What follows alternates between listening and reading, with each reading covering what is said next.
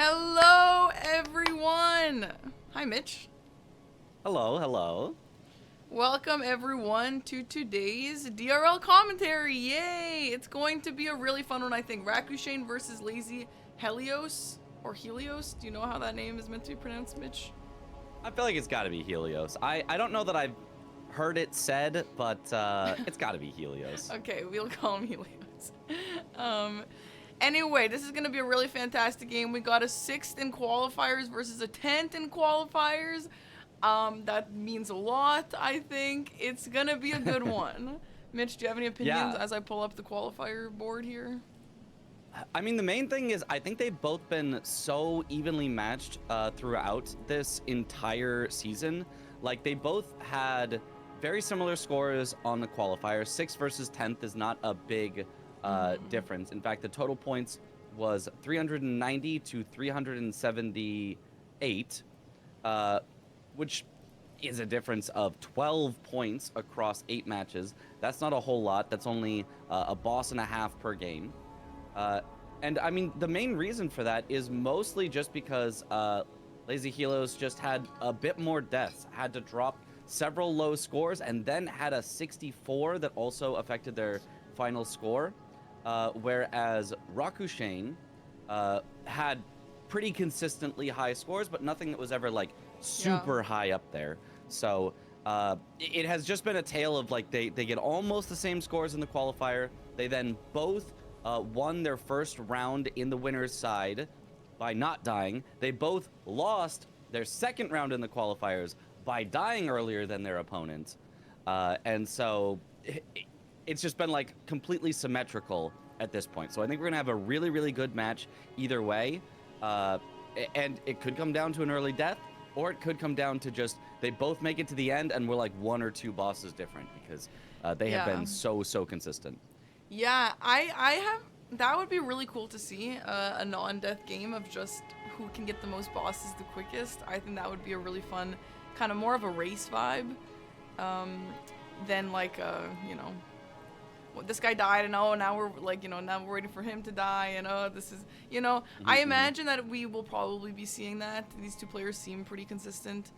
However, obviously mistakes happen. In terms of their qualifier scores, I would imagine that they're both, again, pretty consistent players, not incredibly risky. I don't know. Rakushain has some really high scores, like a 80. So I don't know. Are you familiar with either of their type of play style? I haven't watched either of them in particular. Just from looking at their scores, I mean, both of them tend to get all the way to the end without much deaths, although Lazy Helios has had more deaths in the qualifiers. So I think they're both pretty safe relatively, but if I had to say somebody who seems a little riskier, Helios seems riskier than Rakushain. Yeah, I think it's really fun to be commentating or just watching a game where the playstyles are so different, because we've seen that a few times now. One of them plays super risky, constantly about to die, but it works out for him. The other guy doesn't, super consistent. It's just really fun to see just the differences and what pays off more, right? And when are the risks worth it? When are they really not worth it? When does it screw you over? Stuff like that. Yeah, I'll be interested to see both of their routes because I know that, as things have developed, the real big difference in routes usually is when do you go to Dragon Barrow, or maybe even do you go to Dragon Barrow. It is that really, really high scaled area that can cause very early deaths if you head there super early. But at the same time, if you head there early and you kill things successfully, you get so many runes to make everything else faster, to make everything else easier, to just, have whatever you want with. You can just, I'll get enough levels to be able to use this weapon effectively, or have this much health, or wear this armor, or whatever it is that you want, you can get it from Dragon Barrow. So we'll see if either of them goes for it, or if both of them want to instead be like, no, I'll save that for later. Yeah, that's always fun. That's always fun to see when they decide to do Dragon Barrow, if they do, like you said, at all. We started a little bit late, so let's get into some of these weapon choices here. We have that on Rakushain's screen here. He did name his character Jump L1. I imagine we might be seeing a little bit of jump action here. Maybe a big bonk weapon. We do have Claws of Night on Profit. I'm a big Claws of Night enjoyer. I don't know if Claws of Night is really something that you would want in the Deathless Rando League, but in general, I love a Claws of Night. Are you familiar with this weapon on Wretch here? Yeah, that is the Meteoric or Greatsword, I think is the name of it. It's the Meteoric. It's not the katana, but it's the big colossal greatsword. It's solid, although colossal greatswords I think are a little more sparse. So finding a second one to dual wield and jump L1 with, I think is going to be a little harder. If you'd rather have a colossal weapon, which there are a lot of, a great axe, a great hammer, or even a regular greatsword, I think, than a colossal greatsword. But if you can find a second one and do jump attacks with it, I think it should be very, very powerful. Yeah, so sorry, I'm just gonna make a prediction here real quick. But we have seen, like, even if you start with a good weapon in DRL, we have seen a lot of weapon variety just because you're picking up so much stuff. And also, chat, if you weren't aware, that there is auto upgrade in the Deathless Rando League, which means that it does allow for the players to be swapping weapons per boss. You know, this guy's weak to this guy's weak to this, da-da-da-da-da. Yesterday we had a death poker start, and we actually, more than 50% of the match, I would argue, was not even used. Like, they didn't even use the death poker, despite that being such a good weapon. It just wasn't the best for everything in the DRL. It's so interesting to see, you know, just the way DRL playstyle is different than what I'm used to in other kind of leagues and other just Elden Ring challenges and stuff. The meta is so different. And so it's really interesting to see what they are using, what they are swapping to, for what reason. I'm honestly, frankly, learning a lot from these gamers. Yeah, I think it's really, really cool, yeah, how they will swap around to different things. You know, part of that is the enemy's resistances. Like, enemies literally will take more damage from certain damage types, such as Slash might do more damage to an unarmored foe, Pierce might do more damage to dragons, Strike might do more damage to undead, etc. But it doesn't always come down to that. Sometimes it just comes down to, like, oh, with this enemy, I need more reach, so I'm gonna go with a longer weapon. Or versus for this enemy, oh, they're easily staggerable, I'll use something like the iron balls, and I'll just stagger them really easily with charged R2s or things like that. So it's really cool. I really like, I love that auto upgrade gives those choices. Because one of the most annoying things in some of these Elden Ring runs can be if you feel like you're stuck with one weapon, you don't feel like you get to swap, and that's never the case in DRL. The auto upgrade helps with that. The stat requirements helps with that, where you feel like you can more easily just swap between things. So it's really cool seeing players use their knowledge of the bosses rather than just like, no, you get to upgrade one weapon and that's it, stick with it. Yeah, no, I totally agree with you. I really like seeing that sort of knowledge check that the players are forced to use sometimes, because it absolutely makes a difference. Like in the DRL, how fast 10 seconds of a difference of a boss fight actually matters, and those things really add up, those small amounts. Oh, we have actually started. Sorry, I was a little disoriented because Helios is not in the game, but yeah, it's actually okay if they don't start at exactly the same time, because it is an in-game timer. It's just, it'll be a little bit awkward for us watching when their timers get way off, but oh well, it's okay. That's okay. So I guess we've started. I guess we're off. Chat, if you are not aware of how this works, they are spawned into the game. It is totally random. Okay, sorry, I'm like so disoriented right now. The point of this is the players will have 2 hours, and the goal is to beat as many bosses as you can. One boss kill equals 1 score over here. It's 1 point. No boss is worth more than the other. Every boss gives you 1 point as long as they have a boss bar. They also have 2 unlocked graces, which is the Limgrave Grace and the Liurnia Grace every single time. And every seed has 2 more graces that are going to be different per seed. And here we see up there in the corner, Angel River and Skidoo Altis.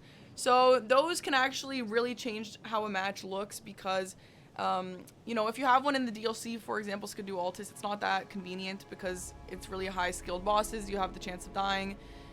Angel River, I actually have not seen in one of the games. I'm not really sure how useful that is, other than I don't know. Mitch, what do you think about that? I don't think you would use it. The main thing with No. Ainsel River is everything is just a trek between all of them. Yeah. Like, theoretically, would you maybe go there at some point? I don't know, maybe. But it's just like, it's just so far The that chat is you're saying only going to no. go there. Yeah, maybe the very final boss. I don't know, maybe there's one you could find, but like, nah, it's a trek. So Yeah. unfortunately, two that are not probably going to come into play with this particular race here that they've got. So yeah, they'll stick with the normal stuff.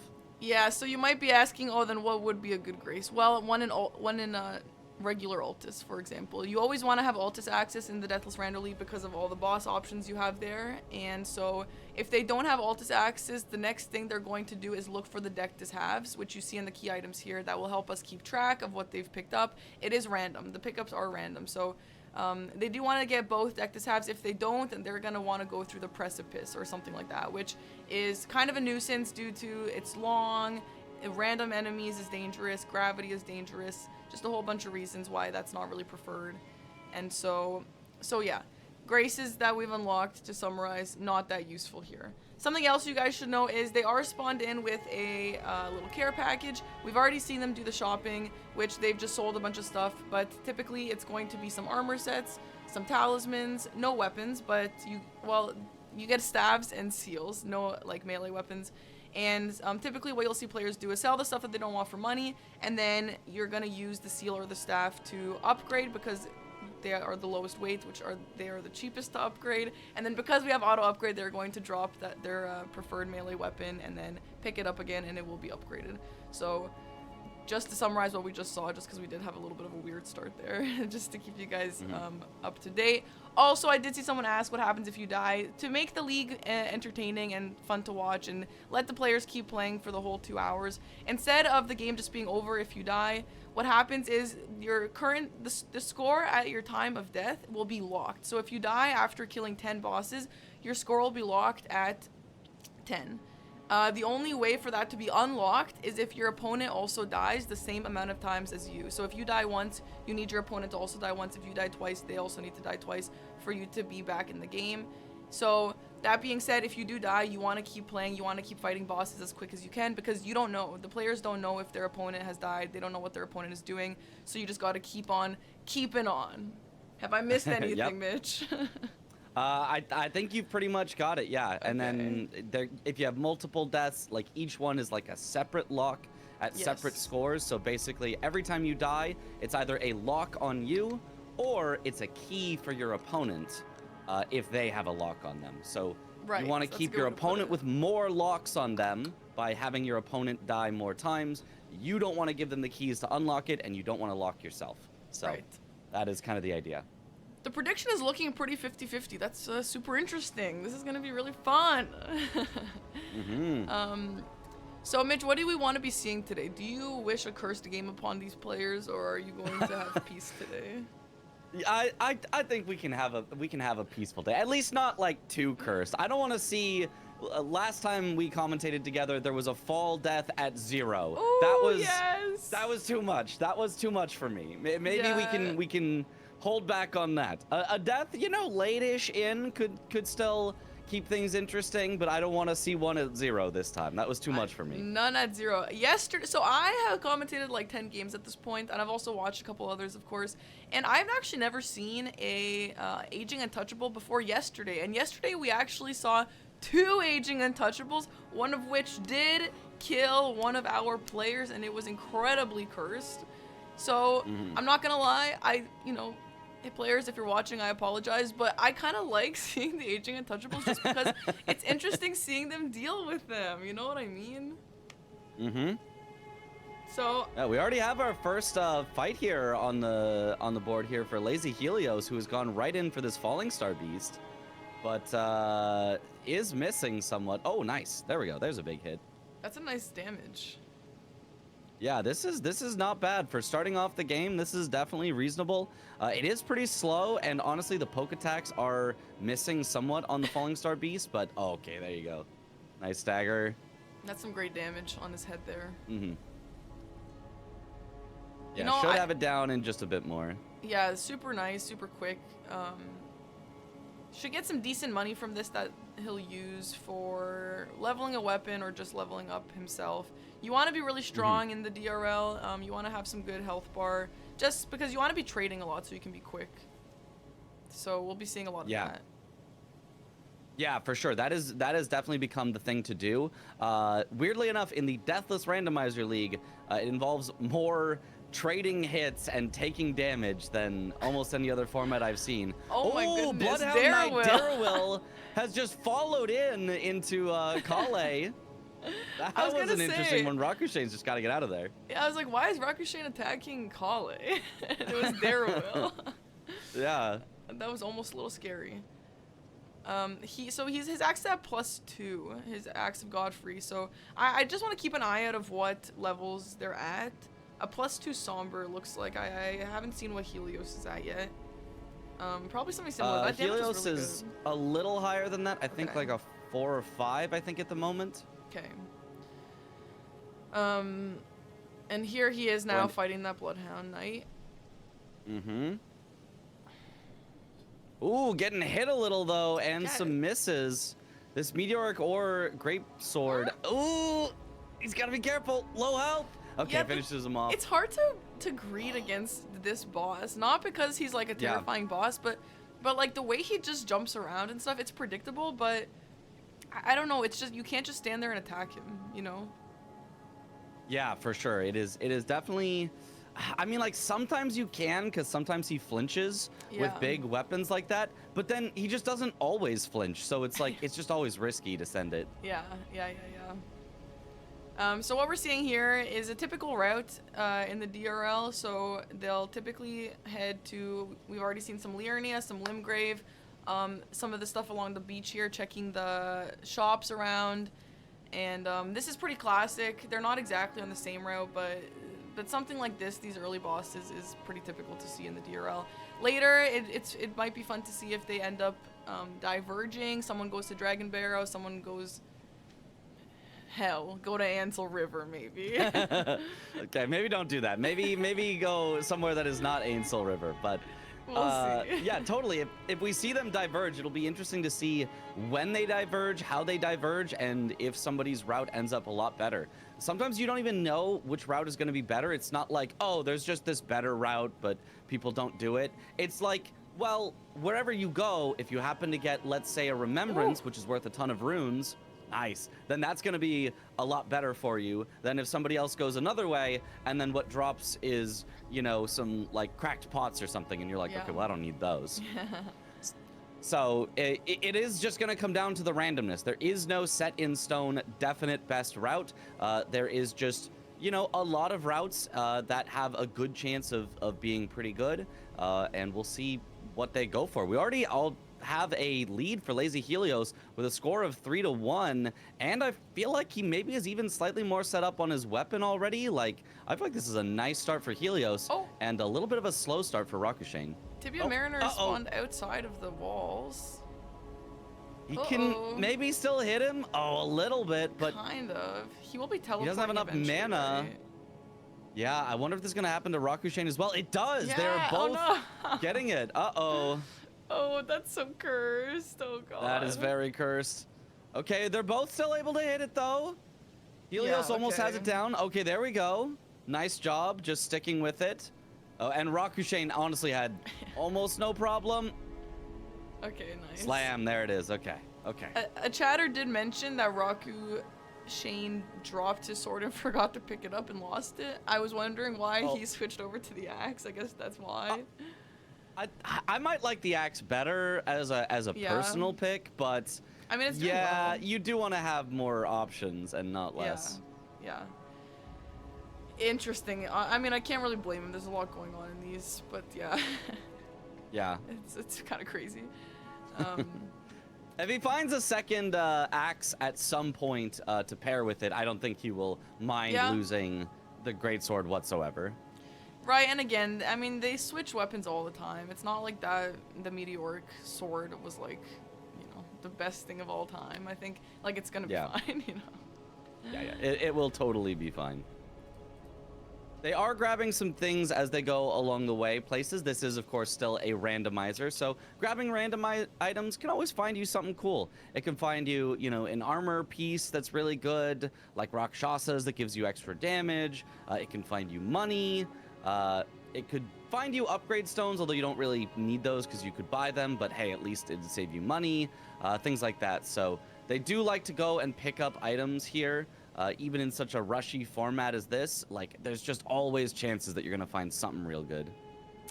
Yeah, I mean, damage is really important here, and I mean defense obviously too. So yeah, finding a talisman or something that gives you either of those would be really great.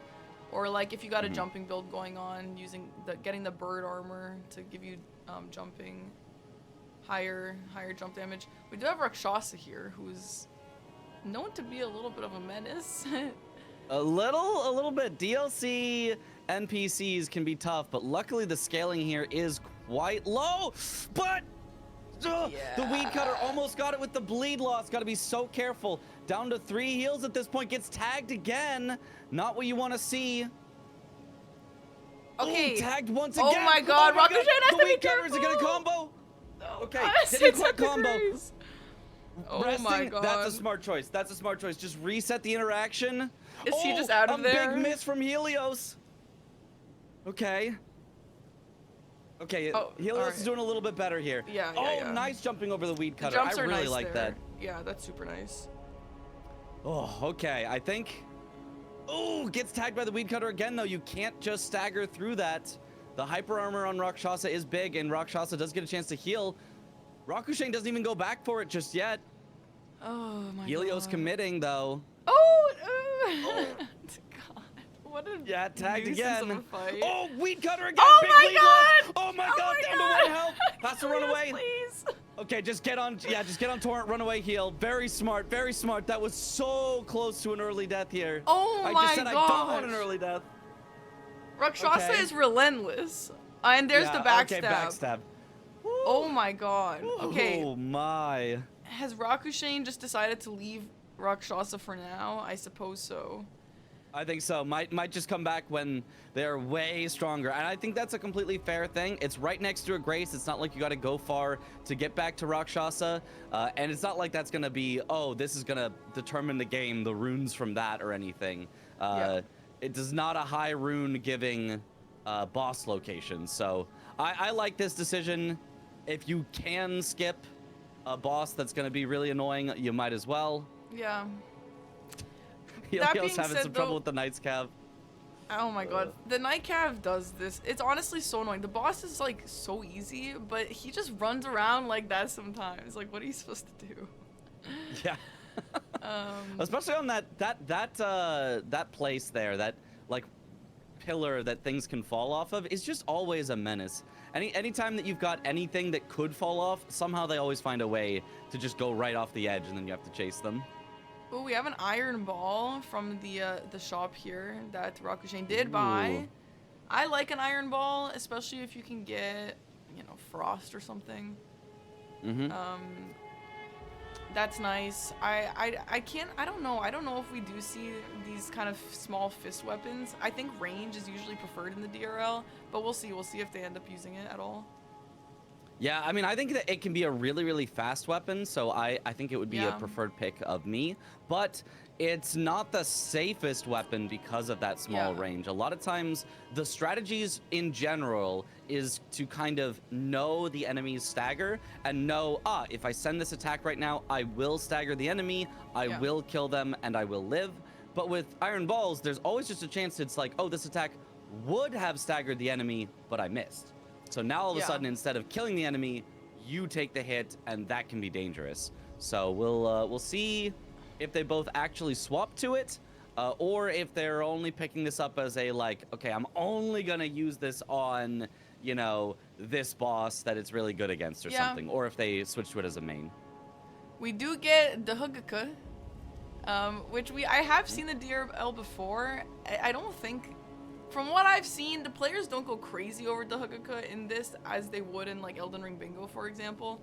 But we did pick it up. I am curious to see if they will be using it against some dragon bosses or something like that, because it is really good against them.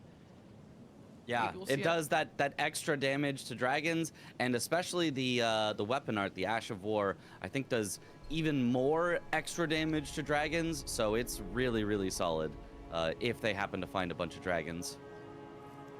I really like it as well, just as a general weapon. Like if I am not yet having two big weapons to put one in each hand, I think I like Iron Balls the best from what they have. I think I like the Dragon Hunter's Great Katana second, Yeah. and then the axe and the Great Sword I think are both third in that kind of like, yeah, they're both solid, but without a second one, I don't know that I love them. Yeah, I would agree. We do have some good options though, which is fun. And so, and I haven't really seen any of these being used so far, so I'm excited to see this. I've seen a few Death Poker. I'm tired of seeing Death Poker, L2 spam. So I'd like to see something different here. Do you hate Death Poker? I hate Death Poker. It took over the regular speedrunning, the any percent glitchless meta, and it's so toxic. It's toxic to obtain in the game because you have to just hope that the Deathbird falls off a cliff. It's toxic to use where you're just hoping the enemy stands still in the Ghost Flame. I think it sucks. I mean, I think it's really good, but I don't like using it. Yeah, understandable. Also, there is Mitch, is Helios' stream lower quality for you as well? Because I think it's just a on little his bit. end. Yeah, it's kind of been coming in and out, but it's mostly fine on my. I am on 1080p. I think it's just on his end, chat. I apologize. I think so, yeah. Nothing I can do about it. But anyway, so far everything has been looking pretty solid. Actually, that's not true. Rakshasa almost killed both of our players multiple times. Other than that, though, it's been pretty blessed. It's been a pretty fine seed, I would say. Other than Rakshasa. Yeah. But you know They've what? got some solid weapons and all that, so yeah. Yeah, and the thing is, sometimes you want to be seeing. Well, sometimes you don't want to see Rakshasa at all. But if you have to see Rakshasa, it is better to see Rakshasa sooner rather than later. And I don't know what might be a later NPC that Rakshasa would replace, that they would encounter, but well, basically, I mean, Rakshasa can be in any boss spot, so you is it any boss? could see her anywhere. Yeah, any boss spot. So Are you sure? Why I did think Rakshasa just replace the NPC there then? Oh no, Rakshasa replaced Bellbearing Hunter. Oh, I thought Rakshasa was replacing Bernal, and then they didn't fight the Bellbearing Hunter yet. Ah, okay, that makes sense.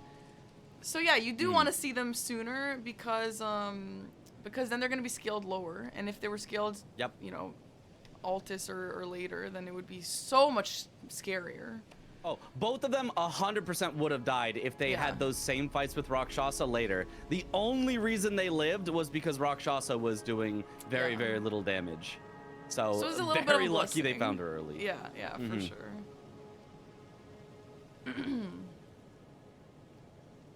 Rip Patches. Getting Patches is bell bearing. We'll see if Rakushain ends up checking the shop. Sometimes the players do, sometimes the players don't. And sometimes there's a really great weapon there that is worth checking, but it is a little bit of extra time. It depends. You want to be smart with the routing on when you want to go back to the round table, get your weapon leveled up, check all your bell bearings. So there is like a whole nother skill in just that. Yeah, I do think the meta has evolved to checking more and more locations because if you find a good weapon, it makes up for the time you check and then some. It's like so much faster. They do already have a great weapon in Iron Balls, but I do think they are still going to be looking for something even better than that with a jump attack build, because that has become the meta, is the jump attack build. So as long as both of them don't have a jump attack build online, I think they're going to keep checking shops. They're going to keep checking item pickups. They are really going to attempt to make that work, because if one of them finds it and the other one doesn't, the one who finds it is probably going to win. Yeah, absolutely. We have seen that.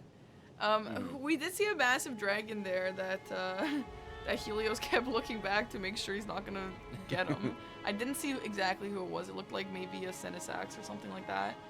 Yeah, just one of those generic ancient dragons, not a boss version, but just one of them.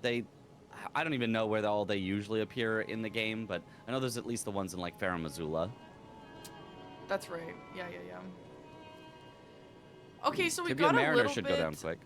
We got a little bit of a different path here. We got Rakushain checking out Margit, and potentially maybe going into Godric, and then we got Helios trying to spawn the Bell-Bearing Hunter replacement in the Church of Vows, which reminds me, chat, some quality of life features that I guess you should know real quick is the nighttime bosses are spawn at any time in this mod, and also no quit outs, because quit outs kind of defies the purpose of trying to not die in a randomizer, because you can quit out when there's scary enemies or something like that. And you can Memory of Grace though, so if you get into a boss arena and you get scared of what you see, you don't want to fight him, you can Memory of Grace out, which is fair, because you know, you lose some time, you lose some money, it's kind of a sacrifice. You don't really want to be doing it if you don't have to, so yeah. Yeah, and the main thing also is it's scary because Memory of Grace is not instant. You don't just press the button and you're suddenly out. You press the button and there's like an animation. You can get hit during it. You can die during it. So it is a calculated risk that players might have to take in certain situations. For example, if they're stuck in like a tiny little arena with like Deathblight Dancing Lion, that might be something where you just say, I don't want this. I'm out. I'm just gonna Memory of Grace. Or players sometimes will say, okay, I'm stuck in a tiny arena with Deathblight Dancing Lion, but nah, I'd win. I'll continue. I got this. And we've seen that go horribly for players before, so it is... Do you take the risk? Do you take the guaranteed safety of going out and losing your runes? And, you know, we'll see if that comes up in this match. I do love to see a Deathblight Dancing Lion, because I love to see how players... react to it, how players deal with it. I hate to see it like determine the match, but like I love to see when it like almost determines the match and then players have the foresight to either clutch up or Memory of Grace out or whatever. Like I think it makes for interesting moments and decisions that players can make. Yeah, I mean, on that note, like it really does make a difference. So yesterday I had a game where there was Romina in a small room. And, you know, if you guys don't know in the chat, the butterflies in the randomizers in general, maybe, or I don't know if it's just this mod, but the butterflies don't get scaled down, so they still do so much damage. Basically, if you're stuck in her butterflies, you're guaranteed to die most of the time in this setting. And so yesterday we had someone quit out during the Romina fight, waste a bunch of time, ends up not going back for it. We had someone else who was playing so risky, stands in the corner and just hopes something's gonna work out. They were like 1 pixel, like the butterflies got him to 1 pixel of health. He ended up killing the boss and gets 1 more point than their opponent, you know? So that kind of stuff is so fascinating. Like, how risky are you trying to be? Are you willing to, you know, like, it almost doesn't work out, but if it does, it's fantastic. And so, you know, wasting time really sucks in these games because speed is very important. So it's like you said with Deathblight Dancing Lion, I would also like to see that because it's just going to be really interesting if they choose to run or choose to fight.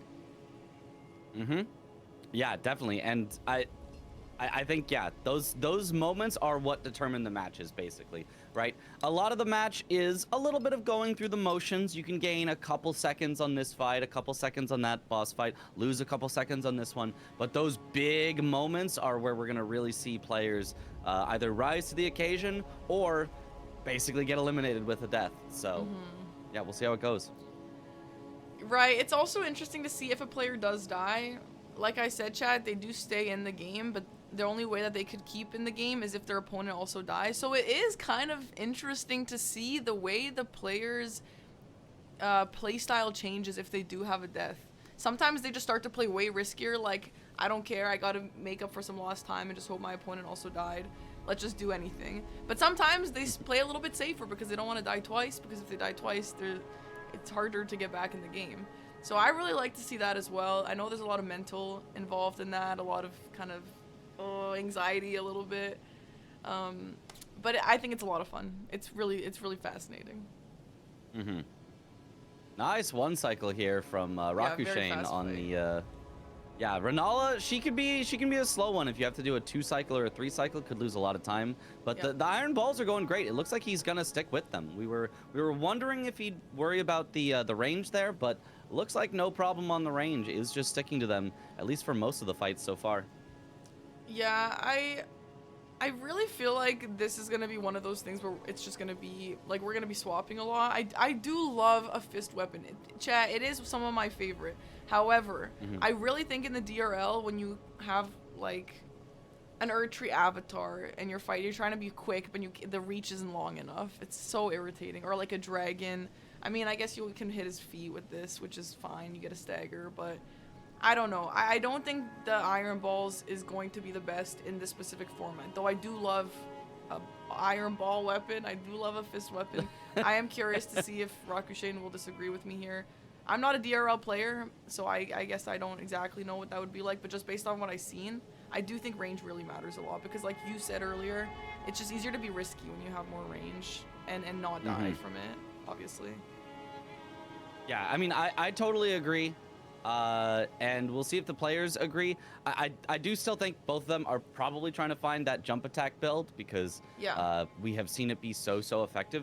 Honestly, it's been so effective in this league. I'm waiting for it to catch on everywhere else. I'm waiting for like, you know, us to play randomizers and everyone's going jump attack build. I'm waiting for bingo, everyone's using jump attack build, you know. Wait. It feels so powerful in this. Mitch, I have to stop you right there because when I I don't know, I think it was when I was in season 4 of bingo, I lived and breathed a jump attack build. I loved it. I use it against Rolana. I use it against everyone. I always bought the jump talismans at the start. I lived and breathed jump attack. And everyone told me, including Chris, who's in the chat right now. I'm pretty sure Chris and Aggie. Don't quote me. I don't remember exactly. But multiple people told me that's a waste of your time. Stop doing it. And I was like, damn. Fine. And then I saw that they're doing it in the DRL, and I'm like, yes. And I know the gameplay's a little bit different, but like, I love a jump attack build. It's awesome. Yeah, honestly, jump attack's really cool. I mean, especially with heavy weapons because jump attacks, it kind of doesn't matter how heavy your weapon is. You're gonna get them out in about the same amount of time. So it's like relative to their weight, jump attacks feel fast on a heavy weapon because it's almost as fast as jump attacking with any other weapon. So it's really cool. As long as you have a power stance. Well, the thing about jump attacks too, though, is just like you dodge oftentimes, or like you can kind of sometimes hyper armor by doing that, or like when someone swings, you can jump it and also attack. I think it's sick. I started the trend. Fine, I'll admit it. It was me. I'm the reason for all this. Yep, it was Parky. I believe it. But anyway, we do have a Dragon Barrow, and we have a Mesmer phase 2. Ooh. Early? This is an early Dragon Barrow. Score of 10 heading to Dragon Barrow. I like this. This is very early, yeah. Yeah, I don't know how hard Mesmer is going to hit here, but Mesmer can be pretty consistent. Mesmer can be done hitless, so I am very excited to see this fight here. And honestly, Iron Ball's great weapon for this. You've seen it in like hitless runs. People do it for RL1 runs. Usually they use the Star Fist because it also has bleed, but like this style of weapon, really good for Mesmer. Yeah, the damage isn't incredible, but like you said, Mesmer tends to be pretty consistent, and I don't see too many people struggle with him, so... Oh, meanwhile, we also have Putrescent on the right side, by the way. We got 2 DLC Remembrance bosses at the same time. Yeah, the Putrescent a little lower scaled, going down quite a bit faster here. Yeah. Nice, and especially because PK is weak to strike. Oh, but Rakushain does not want to keep fighting Mesmer. Did get hit once. It didn't look like it did that much damage. I would have probably committed, but Rakushain does not want to. Is just heading to the next Grace to rest. I agree that his damage wasn't amazing against Mesmer. Maybe he's not extremely familiar with Mesmer. Doesn't feel super comfortable. I don't know. Or maybe the hill. You know, the hill sometimes can cause some issues with some hitboxes. Yeah. And Mesmer's kind of got a funky hitbox anyway with the snake. So maybe that he just didn't want to mess around with it. Maybe he'll just come back later when he's feeling more confident. Understandable. Didn't really waste too much time there anyway. And he got a Grace. So not a horrible decision in my opinion. Yeah, for sure. And fully leaves Dragon Barrow, so just deciding maybe this isn't a seed for the early Dragon Barrow. Ooh, yeah. Nice kill on Darrowell. And it looks like we've got Frost on the left for Rakushain, but I think this is just heavy on the right for Helios. Yeah, I think so. Ooh, nice Crusader fight. Crusader, this is obviously not high skilled. This is Limgrave, but a high skilled Crusader is terrifying. Like he's vanilla is high skilled, and that guy can get so out of hand so quick. He's just got some weird dodge timings sometimes, and you want to be greedy, but you really shouldn't. Yeah, he's got some things that are potential roll catches, potential. Yes. Ooh, Scaly Misbegotten here. I thought the dragon was gonna be the boss, but no, it's just this one little guy on the bridge. Just a little guy. Just a little guy, yeah. But he can catch your rolls. He can have some frame traps where like you roll once and you get hit right afterwards. Yeah, Misbegottens, terrifying enemies to face, but luckily low scaled, not too bad. Yeah, that looked like he made super light work of it, for sure. And that dragon didn't even wake up. There's a lot of just casual dragons around. Speaking of dragons, we got a Jagged Peak Drake here in this tiny little room. Don't know if he'll pull off even a move. Well, So he got one. Oh. He gets to fly in place. It's like a treadmill fly. Nice. See, here maybe a higher ranged weapon might be a little bit nicer. Yeah, I totally agree. A lot of these whiffs are costing a lot of time, letting the dragon get their stamina back or their posture back, so they're not getting staggered yet. Something a little higher range probably would have ended up with a faster fight. In fact, definitely would have ended up with a faster fight. We've got a few more misses. Okay, finally gets it down. Yeah, not the end of the world, but also not fantastic. Ooh, Draconic Tree Sentinel on the left. The Iron Balls should do great here. Pretty easy to stick right up next to the horse and just keep hitting it. And yeah, big stagger early too. Gets the phase transition here probably that you can just kill it through. Yeah, really nice fight. Yeah, I think that Draconic Tree Sentinel with the Iron Balls is super good. He's like stays in place for so long at the beginning. Just gives you so much opportunity to just wail down on him. So great fight, super quick. I feel like, do you think it would have been worth it to switch to the Dragon Hunter Great Katana for that dragon fight? I think so. I think it depends on how comfortable they are with the menuing for that. But yeah, I think it would have been really good. Yeah, sometimes I wonder, like, maybe it's just not worth the time of going into the menu and swapping. I don't know. Maybe they just forgot. I don't know. Yeah, I mean, if the... Ooh, Vike here. Ooh. Oh, that's a scary one. Gets tagged by some lightning. Okay, luckily dodge. the scaling is so low. Yeah, okay, wow. not too bad. Super good. He didn't look worried at all. Not at all. Ooh, we got a Commander Nile, who has gone out of hand a few times. I just saw someone die to Nile recently, actually. Yeah, I mean, that can definitely happen. At this scaling, I wouldn't expect it, but you never know. Oh, nice dodge. Does not go for the backstab, just goes for double charged R2. I really like that. Gets the kill on the Ghost. Oh, staying in for Nile, swinging his weapon around, too. Yeah, I like seeing some of the choices of trades that the players will do. Yeah, Not it looked like yeah, go ahead. looked like Rakushain didn't want the trade, but only got tagged by a little bit, which is not bad at all. And especially at this low scaling, you could trade if you really wanted to. Nice kill by Rakushain. Yeah, not a problem at all. That guy, I spoke too soon. Yeah.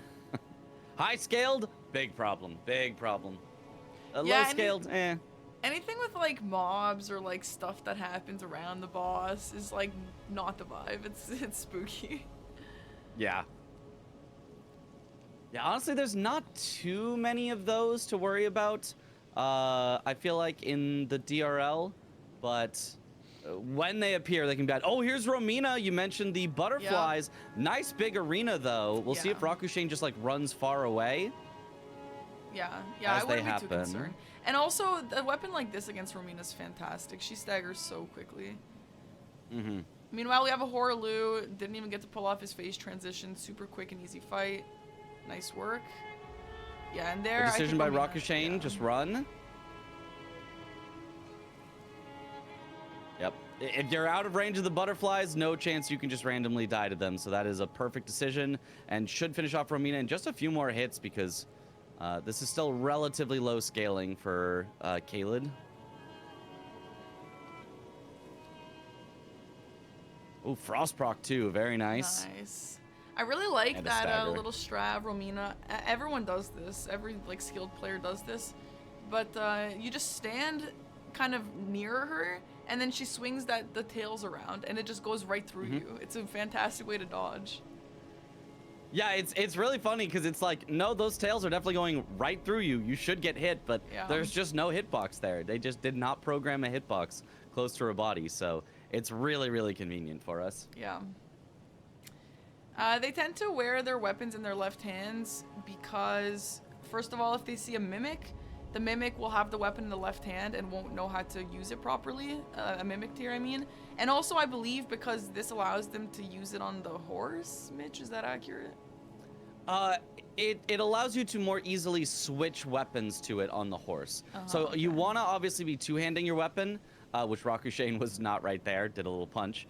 And if you are on Torrent, you can only two-hand your left-handed weapon. You cannot two-hand your right-handed weapon. Right. So okay. it makes it a little easier swapping things around on Torrent if you ever want to do your menuing on Torrent. And yes, as you said, the Mimic tier just gets confused and starts trying to punch you. So it's a good safety against Mimic tiers. Yeah. Yeah, it's just one of those small little things that they do to make their life easier.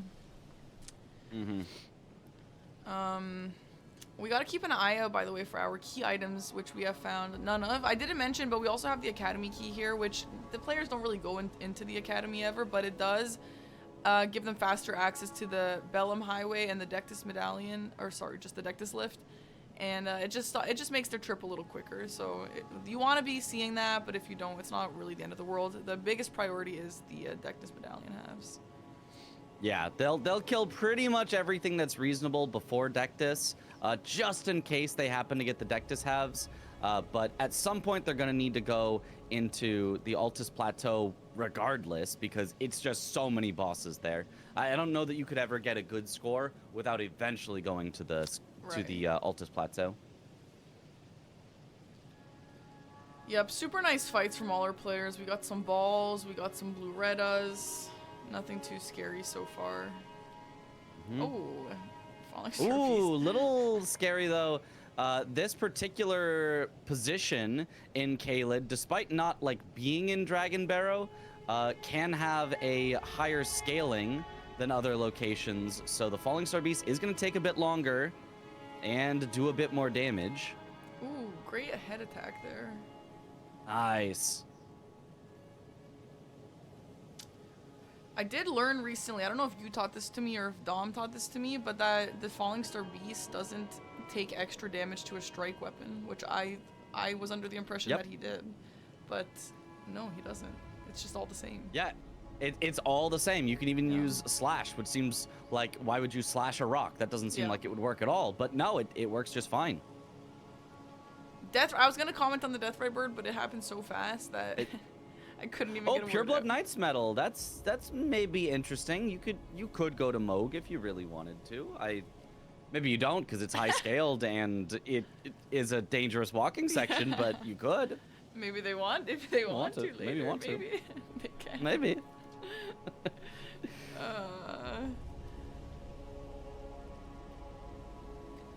Maybe we'll also see Ainsel River. Yeah, maybe we will. Maybe this also will be Skidoo the one Altus. game. Fuck it, right? They gentlemen's. We're gonna go to Ainsel River. We're gonna go to Skidoo Altus. We're gonna go to Moog. It's gonna be a great time. Let's just go to Concert Radon while we're at it. Why not? Why not? Yeah. From Skidoo Altus, you could make it there. This would be a fun league in the DLC. I'm just kind of biased towards the DLC. I just prefer it. But I do think this would be cool to see in the DLC as well. I just like the landscaping. Yeah, or maybe some sort of thing where higher scaled places get more points per kill or something. So all of a sudden it's like, oh, DLC, that's worth 5 points per kill. Wow, that's super good. I should go there or something like that. Yeah. Some way to make make it shake up a little bit from just kind of doing the same routes would be really, really cool.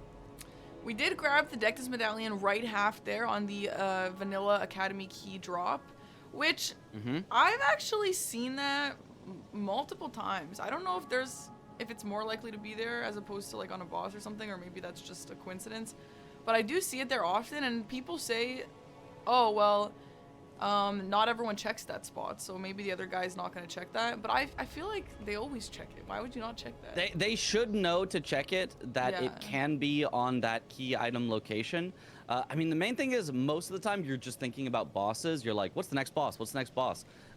And so sometimes it can be easy to forget about key item locations. And most key item locations are not worth checking. The original spots for the Dectus halves, where you have to like climb through a fort, not worth it to check. With that key just right on the ground, you might as well pick it up. Wait a minute. I didn't realize the Putrescent Knight fight was this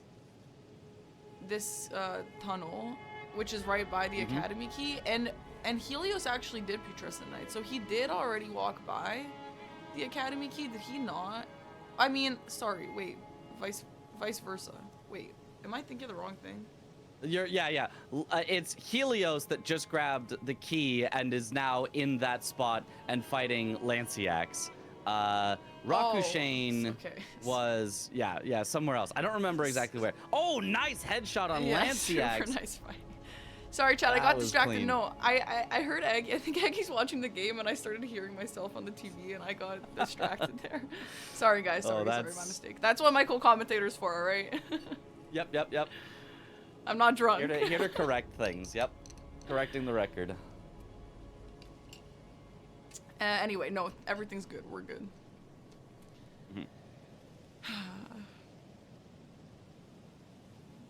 I would like to see a Consort Radon Phase 2. We don't really see much of Consort Radon Phase 2. But when it's low scaled, it's not even that scary. But I just think it'd be fun to see a proper Consort Radon Phase 2 fight.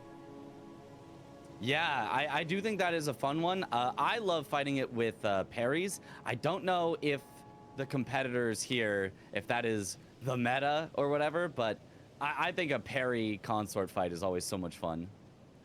Yeah, I've never seen anyone do that in one of these games, or actually ever other than you, but it would be cool. It's so good, though. It is good, I know. But yeah, I don't know. By the way, I did want to mention this meteoric greatsword, whatever it's called. It's actually really putting in a good work.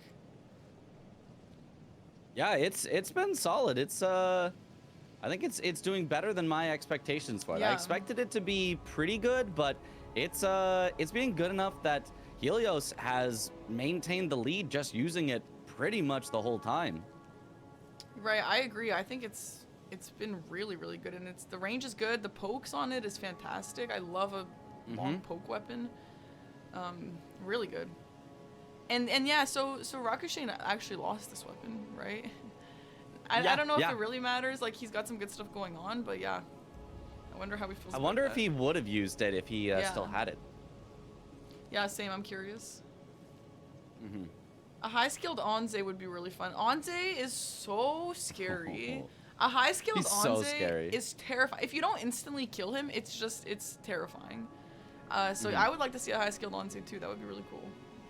Yeah. I swear, even at low scaling, somehow it still feels like he can 3-shot me. I don't understand it. I'll be like, oh, it's good. He's low scaled. I've got a bunch of health. I'll be fine. And then all of a sudden, oh, there's a frost proc and I'm dead. So, very scary one. But yeah, a fun one to see if they know how to fight him well. A well-fought Ons is a thing of beauty. And a not well-fought Ons is terrifying. Yeah. We get a remembrance here, which he immediately uses. I think he is planning on going to maybe level. He just used a bunch of runes there, Rakushain. Yeah, 100,000 runes. That's enough for hopefully a few levels. I don't know. They after a certain point, the runes stop mattering too much because you already have so many levels that every new level becomes really, really expensive. Yeah. And I don't know if we've hit that point yet for both of them. I do know that both of them have gotten to at least 40 vigor, so they're not going to be hurting too much on health. But of course, you also want strength. You also want possibly dex if you're going to use a dex weapon. I think they'd probably both go strength based on the weapons they have. But yeah, every single level you get will increase your damage. And even if that only saves you 1 hit in a fight, well, that's like a second you save every fight. You add that up over the course of 70 fights, that's a whole minute save. That might get you 1 more boss. So really these little differences that you think, oh, that won't make a difference, they absolutely can. They can make a difference of you know, a few bosses by the end, and sometimes that's all a game comes down to. Yeah. Yeah, sometimes those little things really do matter. Mm-hmm. Or like, you know, it's the difference between skipping a phase transition or a phase 2 or not, and that stuff really matters, obviously. Oh yeah, yeah. Ooh, a little bit of trouble here from Rakushain with Horalu. Make sure not to get grabbed here. Okay, that's the easy one to dodge. But did have to run out from some stuff. Nice fight, though, still. Plays it nice and safe. Runs out, does not try to greet it. And pays off. Ooh, great stars here as well. Helios did grab that earlier. I don't think had any intention of swapping, but I really like Great Stars. I think Great Stars is super good, especially if they find a second Great Hammer to power stance with it. But even without, it's solid range, it's strike damage, it's got good posture damage, it's relatively fast, it's not like that slow. So really, really good one, potentially. We got also a Falling Star Beast Jaw that they've both picked up from the merchant here. I do like the Great Stars. I personally would probably use that if it were me. But yeah, we'll see if Rakushain likes that. Is he? It doesn't look like it. I think they might both also have a double Colossal with the Falling Star Beast Jaw and the axe. That is, I think, a Colossal, not a Great Axe. But I don't see either of them looking to swap to it. So maybe they just don't like those specific Colossals, or maybe I'm wrong. Maybe the axe is actually a Great Axe and not a Colossal. But I thought it was on the same row as the Falling Star Beast Jaw. We do have a Milennia. That can be a scary one. You have to get through both phases, so it can be really, really long fight. And even low scaled, if you get caught in all of Waterfowl Dance, that can shred your health. So gotta be careful here. Looks like it's going not too bad here, though, for Rakushain. The low scaling is helping out a lot to make it a much faster fight. Gotta be careful of Waterfowl. Okay, no Waterfowl yet in phase 1. Nice. Just skips Waterfowl for phase 1. Still has to worry about it for phase 2. What is he looking at here? Oh. Yeah, Milennia is one of those weird bosses where you get both of her phases instead of having them split up. Oh, and there's the Waterfowl. There's Waterfowl. Okay. Oh, gets knocked onto the ground. Honestly, kind of a blessing. Gets tagged by a bit less. Does not get the rot. No, but then the instant clones is rotted. Has to run away while rotted. If he gets stunned, oh my god! Heal, heal, heal! I don't think he has time to heal before the rot happens. No! Rakushain dies. No. Wow, 23 bosses. That was like so lucky for just a second, and then the fact that he was rotted with 1 pixel of health and he didn't have time to heal was so unlucky. That was cursed. And the clone attack in that positioning is so difficult. Yeah. That's brutal. I mean, super brutal. And just the fact that it was literally Waterfowl, and then the exact next move was the clones while he was so close that he just got ticked by the rot underneath. Like, that is brutal, brutal luck there. So brutal. Is he? Yeah, just skip Milennia now. Just skip it, yeah. Damn, that's a pretty brutal way to die. It's understandable. Like, I feel like a lot of people would die in that position. That's hard to really avoid, but yeah, brutal. Very, very brutal. I mean, yeah, and did a pretty good job of avoiding most of the damage of Waterfowl. Yeah. It's just that Waterfowl ended up causing enough rot buildup that once the clones happened, the rot procced, and then it was just a really, really rough spot. Yeah, Waterfowl into clone is really just nasty. But yeah, he survived it, but unfortunately he was rotted, so he did not have time to heal. Brutal. But I mean, that's the Deathless Randomizer League. That's That's kind of the point of it. Is sometimes you're going to be put in those really, really difficult situations, and you know, if you live, it's like, oh wow, you know, that was so amazing. And if you die, that's what happens, you know. But the game is not over. So what happens now is Rakushain's score will be locked at 23 and cannot actually increase above 23, even though he will be killing more bosses, unless Helios dies as well. Then that will provide the key, so to speak, to unlock Rakushain's score, and then it will catch up to all the bosses he's killed. So as long as Helios does not die for the rest of the match, Helios will win. But with even just one death from Helios, it gets back to a very, very even game. Yes, and you might be thinking to yourself, because people ask this in chat every single game, why doesn't Helios just stand here and wait for 2 hours and just not do anything? Because he wins, right? Well, first of all, they're not reading chat. They don't have each other's streams open. That's cheating. They don't know what the other guy is doing because of reasons like this. Second of all, that's also just unsportsmanlike. I don't think a single player would actually want to do that. So, so Helios is going to keep playing. He doesn't know what happened, and Rakushain also doesn't know. Rakushain, for all Rakushain knows, Helios could have died twice by now, and that's the mental part of DRL. Rakushain has to keep going, like he's still in it. He's got to keep getting his bosses killed, because yeah, if Helios is dead, then Rakushain is back in it. And yeah, they just don't know. So and we have seen players win after dying. Absolutely happens. Yeah. We've seen players, you know, die multiple times. We've seen both players end up dying. We've seen, you know, both players end up dying, but then one person dies a second time. Like, so there are just so many ways that it can still play out, that it is by no means over at this point in the competition. So they both got to play really well. They both got to play smart. And Helios especially, he's got to play safe to maintain this lead. Not that he knows it. Yeah. So yeah, Rakushain, Helios does not know that Rakushain is locked. And I guess for the way it would work on Rakushain's perspective is he obviously knows that his score is locked at 23. But he doesn't know that it would be unlocked, because then that would tell him that Helios has died. So at that point, he doesn't know. So he just has to keep going. Yeah, for all he knows, it could have been that Helios actually died first, and then Rakushain just unlocked Helios. That's another thing that Rakushain could be thinking. I mean, obviously, a death is never good in this format, but, you know, it is also not always the end of the run. We did have an ADM, which was totally fine. I tend to get scared of ADM just because he's got some weird, like, he's got a few attacks that just do an entire health bar of damage. He hyper armors a lot. It's kind of a scary NPC, and so I tend to be a little wary of fighting ADM. But obviously, if you're not too greedy and if he's low scale, it's not too bad. Yeah, definitely, it's not too bad. And on Rakushain's side, Morgoth's Great Rune. This is really, really nice. This is the best Great Rune you could find, because it's just a ton of max health. So finding that is going to make it a lot easier to survive through everything that this randomizer is going to offer, because it's just more max health, less chance that you're just going to die instantly.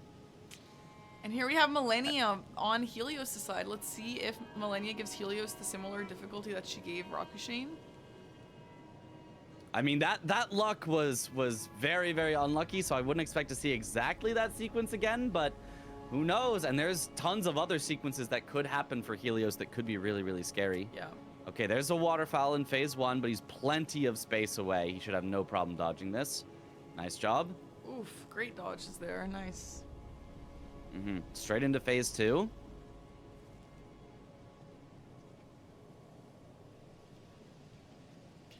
Okay, here's where he's got to be careful. Ooh, I really like bringing out the gravity bolt here from the Falling Star Beastjaw while she is stalling out. That was a really smart move there. Get some free damage and some free stagger buildup. Already gets Milennia kind of phase transitioning into her final half phase. Okay, yeah, this is should get a stagger really soon. Yeah, Ooh, just runs into the rot, though. Wow. That was risky, but does pay off with a faster kill here. That was risky, but it felt very confident. It didn't feel like he was really nervous about dying there at all. He knew exactly what he was doing. That was actually kind of sick. Yeah, that was pretty sick. I would not have the confidence to do that in a format like this, but Yeah. worked out really well. Saved him several seconds there, and keeps him with this, 3 boss killed lead, and even further score lead. Yeah. As we keep going. All right, we got a Chief Chief Blood Fiend here. This guy's not incredibly difficult, but it's not a boss that people tend to fight often, so you just don't really know the fight that well, and it can just get a little weird if upscaled. Obviously not a problem here, but yeah, like randomly it can be a little bit difficult. Yeah. But yeah, no problem. Any enemy that can just bleed you out of nowhere, it feels like all of a sudden you can get like double punished for one bad roll. So Chief Blood Fiend definitely one of those that can just surprise you with a ton of damage, but not if he just gets staggered and dies like that. Yeah. Yeah, that's the thing sometimes in randomizers. I get excited to see a boss or see how a player deals with a boss, and they just melt him. You don't even see the fight.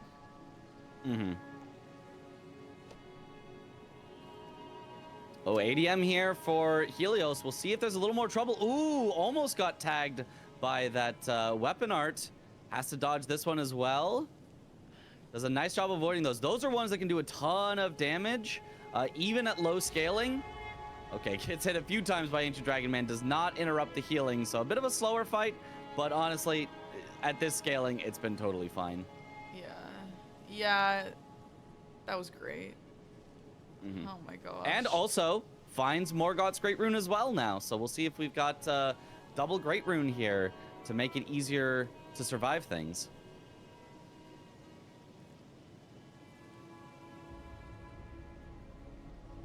Let's see, does he see Great Runes? Yep, there it is. So now both of them are just going to have a ton more max health, which should... it's not something you love to see for your Rakushain because you need your opponent to die in order to get back in this. And so them having Morgoth's Great Rune, much less likely for deaths to happen from this point on. Yeah, we haven't seen them go to any... I mean, we've seen a little bit of Dragon Bear. We haven't seen much else of super high scaling areas yet, so, don't speak too soon, Mitch. Sometimes these bosses can be devastating. That is true. It doesn't matter, especially if there's something like Deathblight. It doesn't matter how much max health you have. You could have infinite max health and die immediately to Deathblight anyway. So, yeah, definitely a lot of still scary bosses out there. Wormface is out there with Deathblight. Deathblight Dancing Lion is still out there that we have not seen. So I've actually never... I don't think I've seen a Wormface in one of these games, or if I have, it must have just been somewhere so quick that they insta-killed him. But yeah, I've never seen Wormface be an issue. I have seen Deathblight Dancing Lion be an issue. That one has claimed plenty of lives, so I wonder if we'll see him here. Yeah, nice skip from Helios there on the nice first try. The Falling Star Beast. Yeah, first try. Yeah, honestly, I think I've seen Wormface, but yeah, he usually does die instantaneously. Yeah. So the match is looking like it's almost half over here, and it's looking pretty solid. Our scores are nice. We have had a little bit of some high-skilled, well, not high-skilled, but bosses that would be scarier if high-skilled. We've had some of them out of the way. It's been a little bit blessed, a little bit cursed. Rakushain still hasn't picked up that deck this half, and we are still looking for the second one. So, I feel like maybe at about 40 minutes left or so is when the players will start to head to Altus. So they do have a little bit of time still to find it, but maybe we'll be seeing a Precipice today. It could be. It could be. I think, is it about... I'd say it's more often Precipice than you do find the full Dectus. Is that right? From the ones you've watched? No, from the ones I've watched, I would say no. I would say maybe like 30 to 40% of the time they take Precipice. Okay. Yeah, I mean, it is something where they really, really try to find Dectus. I just don't know the math on like how likely they are to actually find it, because they don't check 100% of places. So it's always just possible it's somewhere they're not gonna go. It could be in Shifra River, which is like, oh, that's way too slow. I'm not gonna go down to like Ancestor Spirit or something like that. There's just a lot of places where it's just too inefficient to go for, and so if the Deathless half is in any of those locations, then they're just not gonna find it, and they're gonna have to go precipice. Right. I kind of like a precipice sometimes for our sake, just because it is entertaining to see if it's gonna be scary. Because if you've ever done a randomizer, you know the precipice can be horrifying with those enemies around the ladder. And so it is kind of fun, but it is obviously a nuisance and a time loss for both players. Especially, I've never seen this, but especially if one of them goes precipice and the other one finds the Deathless halves. Again, I've never seen that, but if that were to happen, that's a huge time loss for the precipice guy. Yeah. I think I saw that in season 1. Oh yeah. I think I remember there was a time where that happened, and the person who did not find Deathless lost by the amount of time difference of Deathless, and it was like, man, it really made the difference. But yeah, most of the time I feel like the players know what bosses are good and what bosses aren't good, and so there's a lot of similar total bosses done. The order that bosses are done can be different between players, but most players seem to have kind of like mathed out, okay, this one's good to do, this one's bad to do, this one's, you know, really bad to do. And so you'll see most of the time they will either both get it or neither get it. Yeah, for sure. I mean, an exception could be if somebody skips a boss. Like, for example, we still haven't seen Rakushain go back for Rakshasa. So if it had been on Rakshasa, and let's say he forgets to go back and check it, that could have been some place where it could have made the difference. No butterfly? Oh, there's the butterflies. There was like 2 butterflies for Helios. I was expecting like the arena to be filled up with them, and there's just not that many. You know what? Maybe you know, but the butterflies, I feel like it looks like they're in some kind of pattern. Like, because they're not just all around her in an AoE. It looks like they're in some kind of pattern. Do you know anything about that? I think I've been like told that they're in some kind of pattern, and then I try to look for what the pattern is, and then I never find the pattern. Okay. So I don't. We need a bird's eye view. I have no idea. I am curious. Yeah, it feels like they're definitely like more so concentrated at the center of the arena rather than at the center of where Romina is for the phase transition. When she like does her attack around her, it seems like they kind of go in a line towards you. Yeah. Nice Romina fight there. We have a Lanciax kill here for Rakushain. See, I would have used the Dragon Hunter Great Katana here. But maybe I'm just bingo pilled. Yeah, I think it actually gets less benefit on ancient dragons than it does on regular dragons. Okay. Yeah. Either that or it was more. I think there's a different multiplier that it gets on ancient dragons versus regular dragons. And so it can be a little bit different. I do still agree. I think it's good. You can do pierce attacks on it, which is good against ancient dragons. But yeah, it maybe isn't as like overpowered against ancient dragons as regular dragons. Yeah, interesting. Maybe there's just reasons that they aren't super interested in it. Maybe it's just slow. I don't know. But it is worth noting that Rakushain has caught up in score, 33-33, meaning that, well, I mean, I guess Helios is just ever so slightly ahead, but if Helios does end up with a death, it could absolutely still be anyone's game. Yeah, for sure. I think, Rakushain maybe started out doing some things that were a little bit on the slower side, but then since then, Helios has had to catch up doing those things that were on the slower side. And so now it is very, very close. And now it really is only that death that's separating them. I wonder what we're going to see with that Mesmer in Dragon Barrow. Is Helios going to be fighting Mesmer the first time he sees him, or is he also going to be skipping? I wonder. I don't think it was a massive time loss for Rakushain there, but just, I mean, it was a little. Yeah, it feels like they're set up enough. I would expect them to go for it, but yeah, I don't know. You never know. Yeah, if Helios dies also, Rakushain will be unlocked. So the way you can consider it is if they have the same amount of deaths, whether that be 0, 1, 2, whatever, if they have the same amount of deaths, they are both going to be unlocked. Yeah, as long as they have the same amount of deaths, it just comes down to who gets the higher score. And if they have an uneven amount of deaths, then there is a lock on whoever has more deaths at whatever amount they died at. Yeah. And I do believe they have maxed out weapons at this point. They've got a few of those capstone. Yep. Yeah. To max I've definitely it out, seen as yeah. they grab new stuff, it either says +10 or +25. Right, so right. they are definitely both fully maxed out, which is absolutely what you want to be in a format that's all about killing bosses.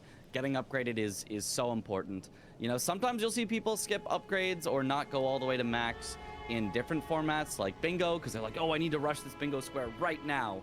But this is a format that is just all about killing a ton of bosses. So even just getting 1% more damage is going to save you a lot of time over the course of it. Ooh, deflecting hard tier. I would love to see that. I don't think we're going to. I don't think that's the meta or anything. But like, deflecting hard tier is so fun. I would love to see some deflecting hard tier happen. Yeah, I was just gonna say I doubt it. We did also get the second Deathless half, by the way, on Helios' screen. I didn't see exactly what the drop was. I was looking at Rakushain's screen. Chat, did anyone catch exactly what it was? Oh my gosh, look at that Rakshasa Revenge with that great star. There it is.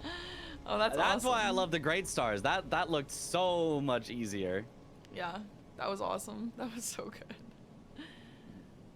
It was the falling star beast that he just fought. Okay, yeah, makes sense. I thought I remembered Rakushain fighting that earlier, but maybe I'm mistaken. It must have been a different one. Yeah. Wait, was it a different one, or did he teleport too fast? He did do that fight. Wait, did he teleport too fast?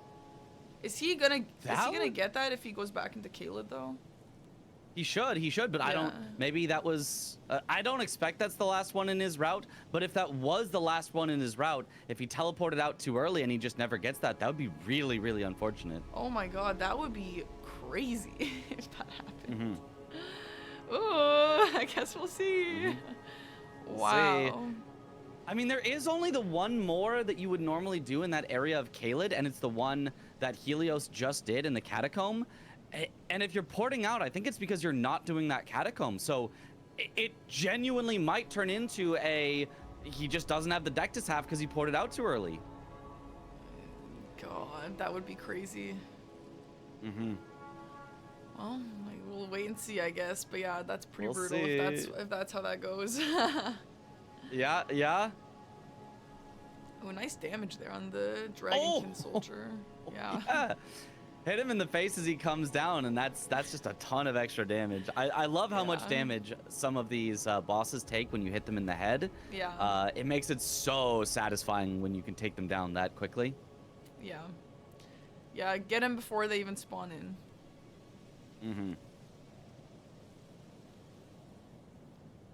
All right, now both of them, though, in about the same area. They're kind of going right one after the other, with Helios just being that slightest bit ahead if he just killed this hero of Zamor. But as soon as it dies for Rakushain, their number of bosses killed is going to be the same, and it's just like a difference of 30 seconds of travel time. So really cool to see them sync up like this. Yeah.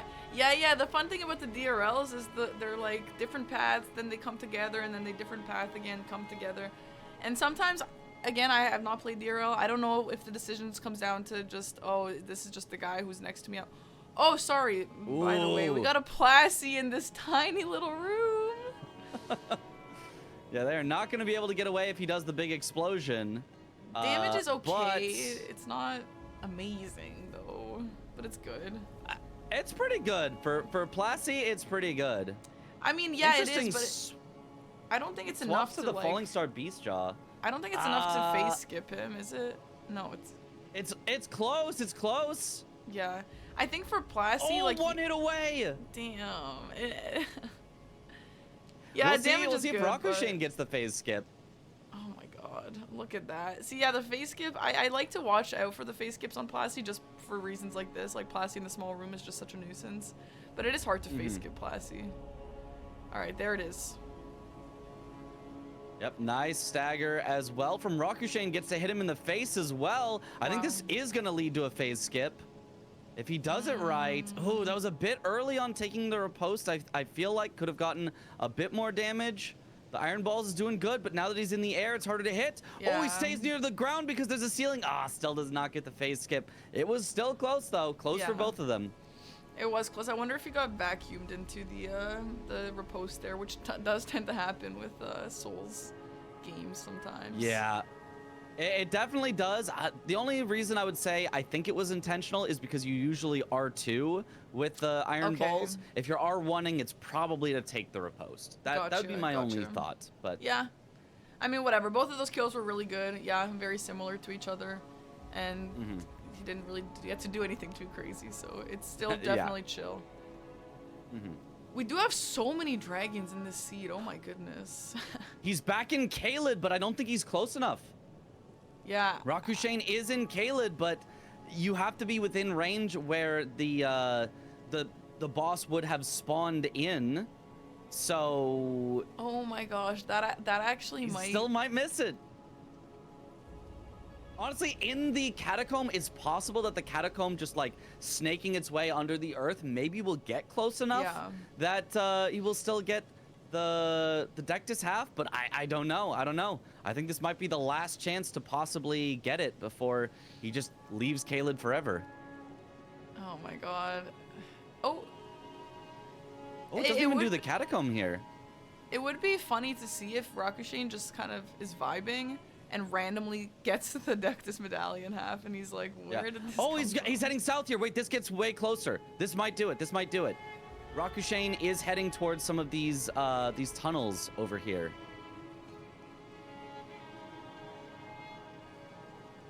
Looks like this one's not close enough. I don't know if he's gonna go for the next one though. The next one I think is actually usually skipped because it doesn't have the like. Well, no, I think the next one is done as well, actually, now that I think about it. So this one is the Magma Worm, and then the other one is the Duelist that normally have to go all the way through and, like, pull a lever to open up the gates and all this. But you can just do the skip, where you can do it from the other side from Limgrave. So as long as he does that, I think he'll be close enough to have it spawn in. Yeah. I am getting a little nervous for him, but hopefully he'll be able to get that. Yeah. Yeah, because you would not want to both be behind in deaths and not have the Deathless medallion. That would make it really, really, really hard to come back from. Yeah, having to travel all the way to Precipice, and not just that, but having to go through a precipice, and then, you have to fight a boss there, which, yes, you do get a point for that boss, but it's just so long, the trek to it. You don't want to be doing that. Yeah, it's about a 5-minute time investment, and you'll notice based on, usually it's 120 minutes and a score of, let's say, 80 if you've got a pretty good score. That's usually a boss only every about minute and a half. So taking 5 minutes for one boss is really not good, really not efficient. Yeah, absolutely not. But he might have to see that. God, that would be a crazy way for the match to go because he teleported too soon. I'm like so scared of teleporting early just because he ports back. That's gonna get it to him. As soon as he ports in, it's gonna spawn in, I guarantee it. Yeah, wow. There it is! Deathless medallion left. Okay. I wonder how he feels about that. I'm curious if he's like, oh my god, that's crazy. Heureusement que j'ai it does pensé come back for these catacombs. I wasn't sure if he would, because I thought if he was going to do the catacombs, he would have at least grabbed the Grace earlier after killing the bosses, but no, just warps back here to go to the catacombs, so very, very nice, gets it, does not have to worry. We will not see a Deathless versus no Deathless here. They both have it, so it should turn out totally fine for both of them. That would have been kind of crazy.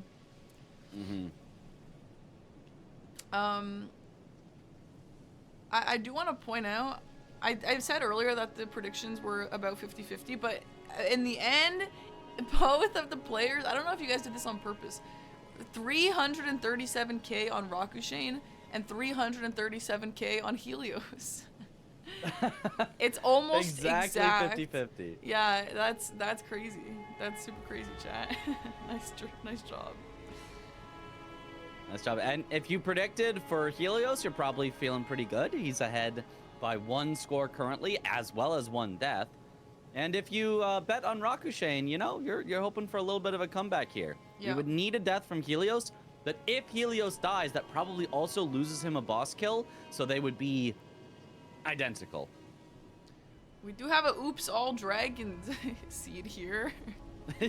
Yep, and they're not using the Hugaka. They have an anti-dragon weapon, and they're just not using it for the all-dragon seed. Very interesting. It must just not be that good. Like, I actually feel like I do live in this, like, Elden Ring DLC bingo bubble where the Hugaka is really good, and maybe it's just not that good in any other scenario. The main thing is the way that bleed works. Bleed is incredible against really high-scaled bosses that have a ton of health that are going to take you a minute or two to kill, and, you know, like, okay, every time I get a bleed, it saves me 30 seconds.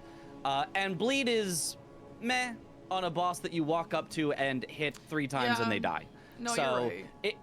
the bleed on it isn't that great. The slash on it can be resisted a lot by a lot of enemies. So it just, in this format, a lot of the big positives for it become small positives, and a lot of the, you know, negatives for it become bigger negatives. So it doesn't fit with the format super well. I still think it's a great weapon. I still think they could use it very effectively against dragons, but it wouldn't be like in everything. Like, for example, Radagon that we see, Radagon is getting shredded by these iron balls, but the Hugaka would not be great. He cannot bleed whatsoever. The slash damage, I believe, would get highly resisted. So iron balls, for example, Radagon, much better weapon to have the iron balls. Yeah, I think you put that perfectly, actually. It makes a lot of sense. Mm-hmm. And yeah, I mean, if you have an iron ball or something that just staggers really well, I guess that would tend to be your priority.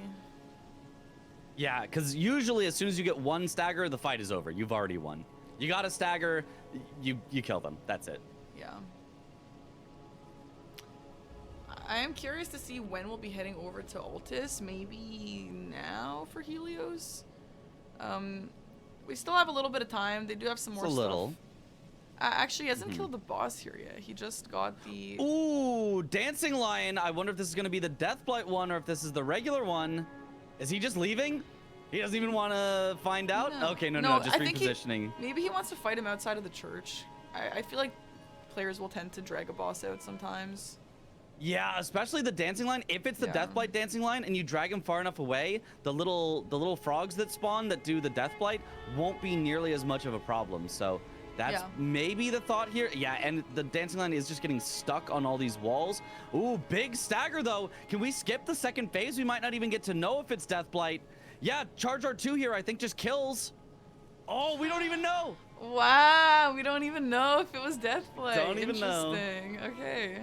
It's crazy that there's no other tell. Maybe there is, and we just haven't seen it yet. But maybe. I mean, I've been told there's tells for moves where I'm like, oh yeah, sometimes they do a follow up, sometimes they don't. You can't tell. And I'm like, no, actually, if you looked, there actually is an elbow twitch on the one that has a follow up, and there's no elbow twitch on the one that doesn't have a follow up. And I'm like, okay, all right. Classic. Okay, sure. Yeah. We'll see when Rakushain goes there. Maybe we'll see then. Mm-hmm. Okay, not like it really matters, but yo, the coldest parry I've ever seen in my life. Oh my god. Like, literally does no damage to him. Sanguine Noble just parried Rakushain for the love of the game. Was just like, let me just... Hey, so you gotta send a message before you get killed. That's literally insane. Yep. When some like NPC type characters in Souls games randomly parry you or backstab you, and you're like, okay, bro, cool. Okay, all right. Let's just move cool. on. Yep. What even is that? It's a little bit of a time sink, it is, but it's just like, okay, especially when they do no damage to you, you're just like, cool. Oh, the other Divine Beast Dancing Lion on Helios. We got both of them. Yo! Maybe now we'll get to know what the other one was by knowing what this one is. Oh, he's still got great damage, though. I wonder if he's going to skip the second phase for this one as well and just not let us see. Oh, no. Here goes the phase transition. Okay, this one's Lion, so he actually phase skipped the Deathblight one. Yeah, that's really, good. really nice. Yeah. Yeah, at this scaling, you're not scared of the lightning one because the lightning, even if you get hit by it, which can happen like that, it just does no damage, so you're totally fine. The only thing you'd be worried about is the death blight, but not worried about it on this one. Nice.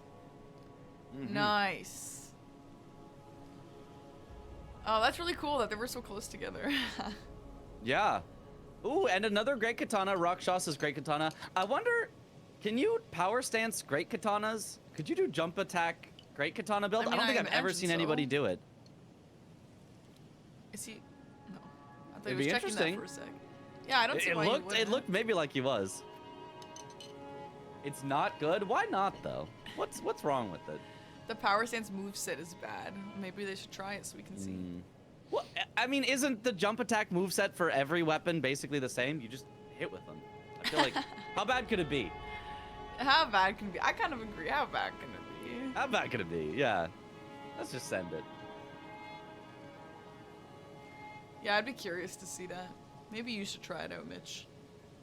Maybe I will. Maybe I will. It like, again though, it's so interesting. The DRL, everything is just different. The way, which I just think is the coolest. Like, does anyone else think that's the coolest? That the fact that, you know, I'm obviously referring to bingo a lot because I'm close with bingo because I've participated in that. But like, literally the metas, the weapon metas, the way you fight, the way you act, everything, it's just so different. It's completely different, and I think it's just so cool. Yeah, it feels like, you know, when Elden Ring started out or whatever, it's like, we figured out, and I know how to play the game, and the only way that you play the game is like this. Yeah. And then all of a sudden now, years later, it's like new formats come out and people start discovering, wait, the way we thought was the best way to play isn't. This just, two-hand your weapon and do R1s and, you know, all this. No.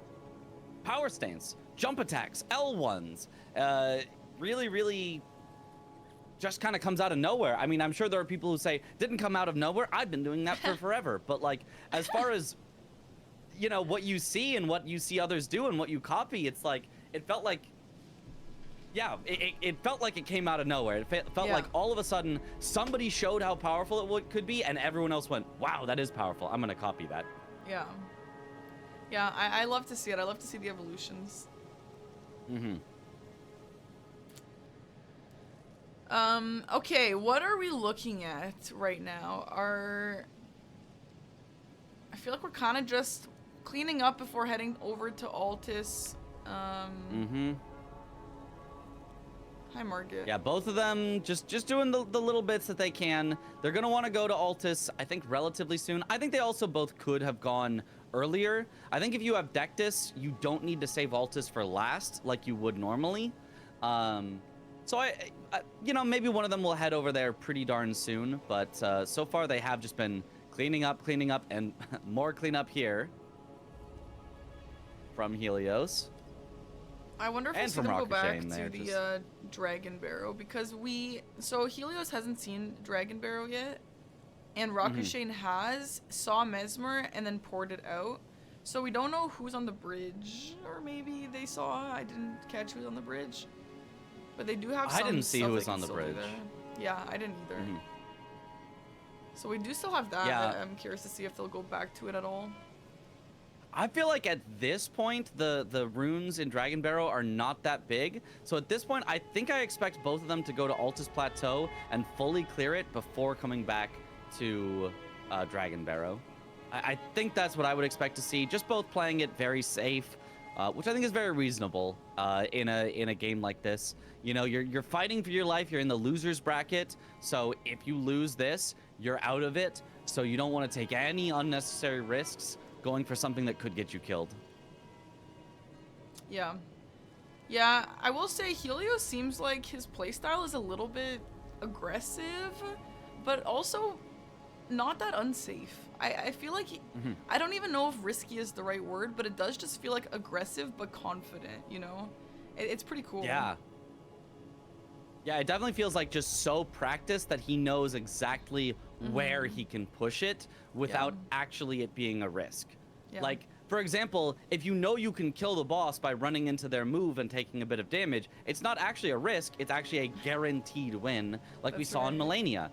it was guaranteed that he would kill Milennia before the rot ticked him down, and so, you know, as much as it looks scary to us because his health went down to like 30 or 40%, it wasn't a risk because there was no way he could have died. There was no way Milennia could have done that last 30 to 40%. Yeah. Yeah, it's really impressive. These players are, like, all of the players that we're watching right now in the DRL, not just these two, but the others that have come this far, super skilled, some of the best Elden Ring players in the world, and it absolutely shows. They have so much game knowledge. It's I'm learning a lot. Honestly, this is helping me out with my Elden Ring, so it's Yeah. really cool. Yeah, it's cool how, yeah, even just watching things, you just learn new stuff that you get to try out. It's not instantly gonna make you better because you still have to go actually practice it yourself to get good at it, but it's so cool, yeah, that just watching others can give you all these ideas for how to improve your play. So Right. we'll see. I'm waiting for all of this also to translate into other formats. I know we keep bringing up bingo, but just into other formats of, like, I've seen so many cool things that people do in the Deathless Randomizer League that I am waiting for just everyone to catch on, and it should just be the way you fight things. Ooh, Deathblight Dancing Line on Rakushain's side. Let's see if we get a second phase here, if there will be a Deathblight this time. Oh, yeah. Oh, here it is! Second phase!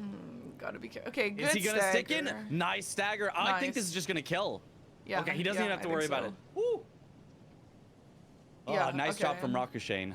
I do love this weapon against Deathblade Dancing Line, or just regular Dancing Line, just Dancing Line in general. I love a stagger weapon against them.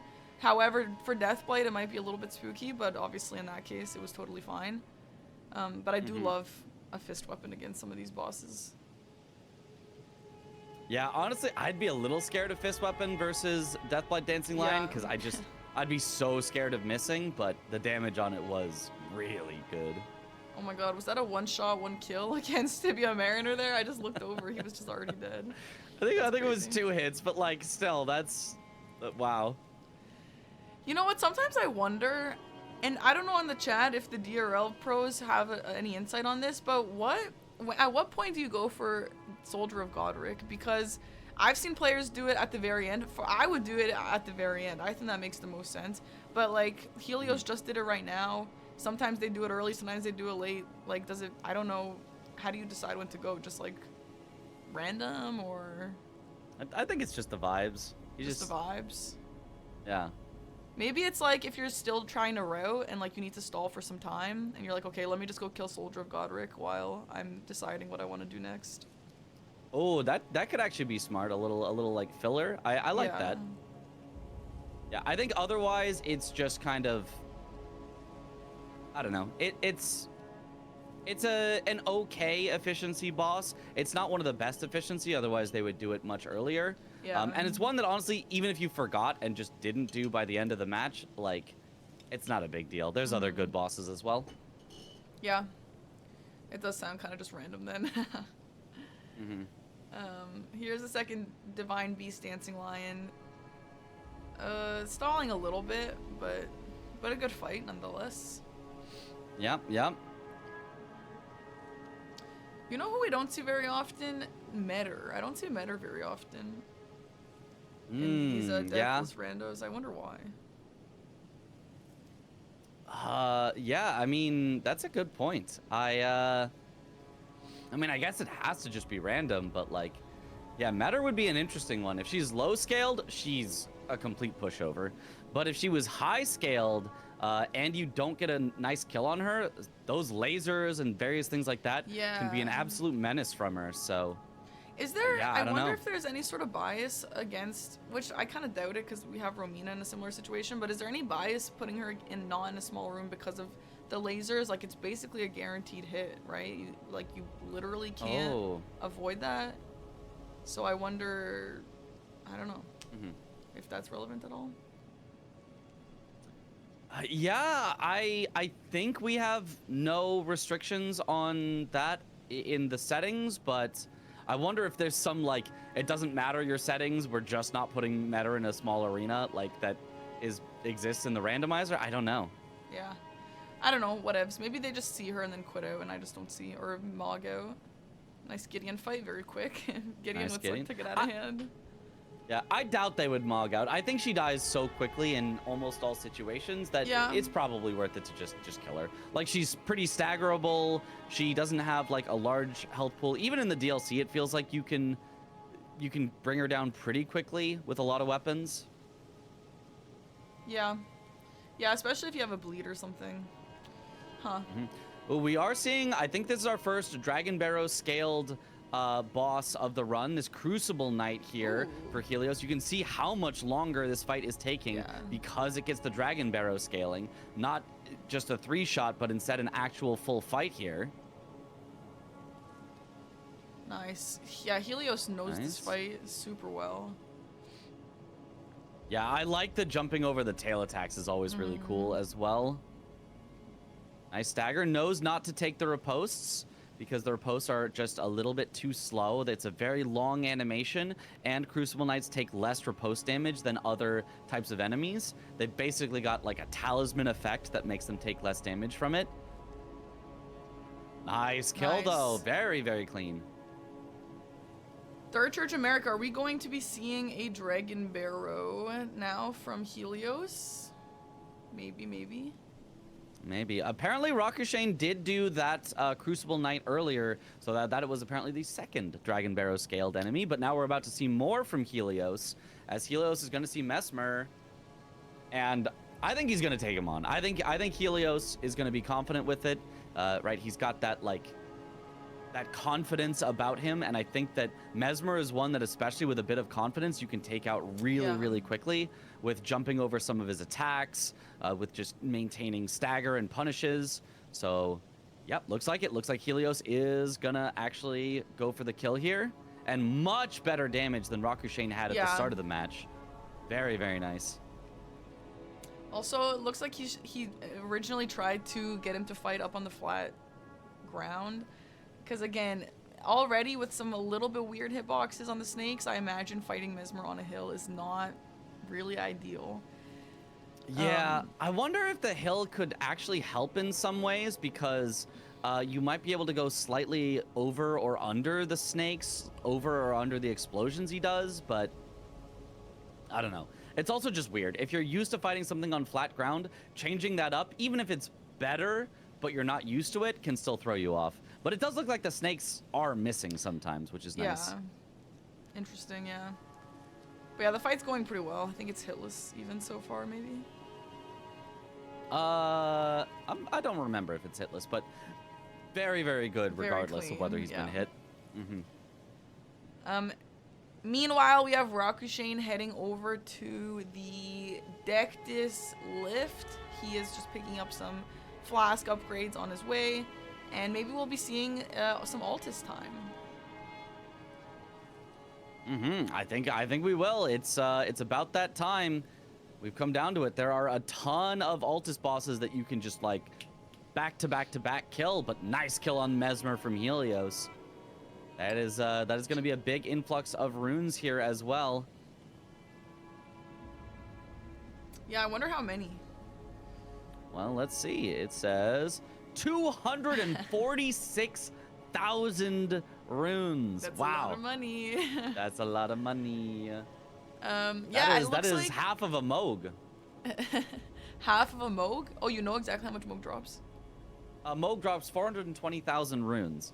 I know because it's the funny number, and because in Defeat Consort speedruns, that's our main source of money for the run. Okay, yeah, makes sense. Who do we have here? Is this a spawner? No, it's just a little guy. Who is that? It's the Nox. The Nox, yeah. And a demi-human chief who isn't really hard necessarily, but upscaled. It's kind of like Mariga, you know, like the demi-human queens, where if Mariga randomly gets a lot of health, then you actually have to fight. You're like, I've never even seen this in my life. What are any of these moves? Yeah, yeah. The main thing with the demi-human chief is like they can be relentless. If they hit you and you're trying to back off and like reset the situation, they can be relentless on just like spinning attacks that chase you, on like the slam down that tries to roll catch you. But if you get the opportunity and hit them, you can equally bully them, as you saw. Super good. Yeah, that was awesome. By the way, chat, I'm not gonna call them all out, but I've seen all the subs and the bits. I really appreciate that. Thank you guys. Let's go. Hype train. And here we have some Altis with a Dragonkin soldier. So who are some bosses that the players are hoping to not see here? Probably Bale. A high skill Bale probably isn't ideal. And just takes a while. So much health on Bale. Skadutri avatar. They never want to see Skadutri avatar. The 3 phases. Yeah, you sometimes you just run away and just skip Skadutri entirely just because it takes so long. Skadutri not like that hard, but it just takes forever to wait out the phase transitions. Yeah, I don't think it's ever worth it. I think they would leave every single time. Yeah. I don't know. I think there might be some situations where you fight Skadutri, but yeah, it's a very common leave. Name one. There is not a single unless you have literally nothing else to do. There ain't no way. Yeah. If you got like a minute left and you're like, I don't have time to get to another boss, I'd take it on. I think that'd be fine. Ain't no way. I don't even think they would do that because of the risk of dying. There's that. It doesn't hit that hard. You'd be safe. Hey, so I watched someone lose a run. Actually, I don't know if they ended up losing, but they did die because Skadutri was on their ass, and they were like, "All right, let me just knock Skadutri phase 1 out of the way," or something like that, to just get them off my back, and they ended up dying. Oh, it was you, Keijiro? Was it you? Rip. Oh, sorry to bring up the trauma. Yeah, that was brutal. That was pretty brutal. Very cursed. Yeah, so I think you're skipping Skadutri every time. There ain't no way. Okay, that's fair. That's fair. I think you could have killed every single enemy in the entire world, and if only Skadutri was left, you would still not fight it. Yeah, anyway. I mean, the risk of unlocking your opponent's score, I guess that could weigh heavily on you. Ooh, it's the watchdog with a bunch of little ads. This is actually a scary one. If he can get the crystal darts off and make it start fighting, there it is. It looks like, that looks good. Now it should be fine. Yeah, this is slower than just taking it out immediately, but way safer. Having those little guys, they can just combo you with the watchdog potentially. So getting them at least to hit each other helps so much. Nice. That can get bad. Like I said before, anything where there's ads or like some weird AoE attacks or something that happens other than the boss, it can get really brutal. So that's good to get that out of the way there. Oh, we also haven't from seen... chat, Esker could be tough. Would be because it not only is there 3 of them, there's the guy and the dogs, they cause bleed, so even if you have a ton of health, bleed does percentage of your max health, and so now all of a sudden it's like, oh, even a low scaled Esker can do a ton of damage really quickly. So that's one they would not want to see. We also haven't seen Invis Assassin. Invis Assassin has also been difficult plenty of time. Yeah, and I don't think they have any guaranteed way to get the torch, do they? Because all the items are randomized, I don't think they guaranteed get the sentry torch. Yeah, no. I mean, they'll just fight it as it is. And sometimes, sometimes if you have a great AoE or something, it works out really well. But then sometimes, Invis Assassin is Invis Assassin, and it just is the worst thing ever. Yeah, that is a potential Mog. I've definitely seen a lot of memory of graces for the Invis Assassin if it's just like, okay, I don't have anything good that sweeps the area. If you have something that sweeps, or if you have something like Wild Strikes where you can just continually throw out hitboxes, it can be totally fine, but Iron Balls, I would not take on Invis Assassin. I would Mog out over using Iron Balls. Too. We have a Malekith here. Me personally, you're just randomly bad at a boss for some reason. That's me and Malekith. Obviously, these players are going to be skilled. He knows what he's doing, but I don't know. Yeah, I'm the opposite. I feel like I'm randomly kind of good at Malekith. Oh, really? There's a lot of other similar bosses that I'm not so good at. I had to fight him a lot. He was like one of the only bosses you fought in early speedruns because we found a way to skip like everything else, and you just had to fight Malekith with Ice Rind Hatchet, which was okay, but like... It was still a rough fight, so I feel like I'm kind of randomly good at him. All right, nice stagger there. Oh, yeah, that's great. Mm-hmm. I was almost getting concerned, but it looked like that was one of those things where Helios knew what he was doing, and I was just getting worried for him for no reason. Yeah. I mean, you do never want to take some of those attacks that do the, what is it called? The Black Blade effect. Yeah, where it reduces your max health can be a little scary and leaves a dot on you, but honestly, that's kind of the only thing you got hit with, and otherwise it was totally fine. Yeah. And in terms of the schedule, yeah, !DRL.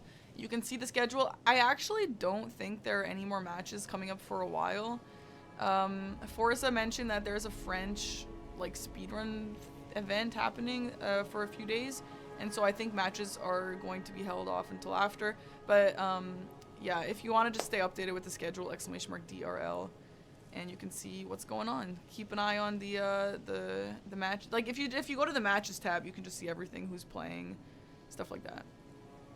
Yeah, and we are down to only a few people left. There's only 2 people left in the winners bracket, and then in the losers bracket we have 1, 2, 3, 4, 5 people left in the winners bracket. So, or sorry, in the losers bracket. So we are down to the final few matches. It's gonna be, you know, under 10 matches left before the entire thing is all concluded, and we will have a full winner to the season.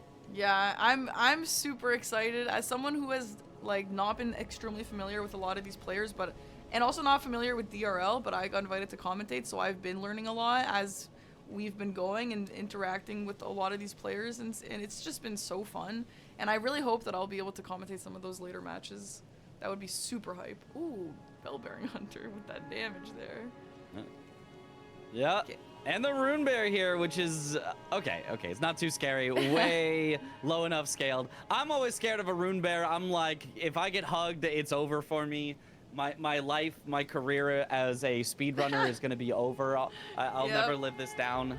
But Yeah, luckily, low scaled, you can just knock him down and kill him. Yeah, I'm terrified of Rune Bears. I way prefer the red bears from the DLC. I think those are actually fun. Rune Bear is just like... Yeah. Come on, man. Why are you this hard to fight? Yeah, the red bears are surprisingly fun. I initially saw them, you know, playing through, and I was like, oh, a Rune Bear, but it's red? I hate Rune Bears. And then you fight it, and you're like, wait, yeah, this is kind of fun, actually. It's kind of fun, yeah. It's surprising because a lot of the moves, like, technically are the same or, like, really close, but they just feel so much better. The telegraph feels nicer. Like, they don't have that weird instant charge. It's not instant, but, you know, feels instant. And so, I don't know. I like the red bears. Shout out to the red bears. Shout out to the red bears. I like the Malekith helm that Rakushain's got going on here.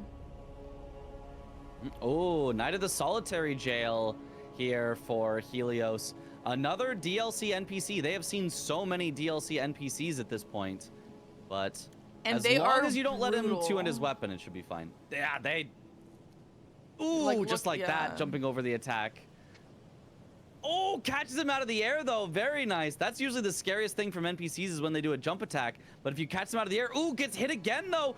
Oh, almost got roll caught, too. Very scary for Helios. I mean, he was still above half health, but like almost started to get comboed there. They are relentless, some of these NPCs. They're terrifying. Mm-hmm. All right, catches him out of the air again. Very nice. One more hit should do it.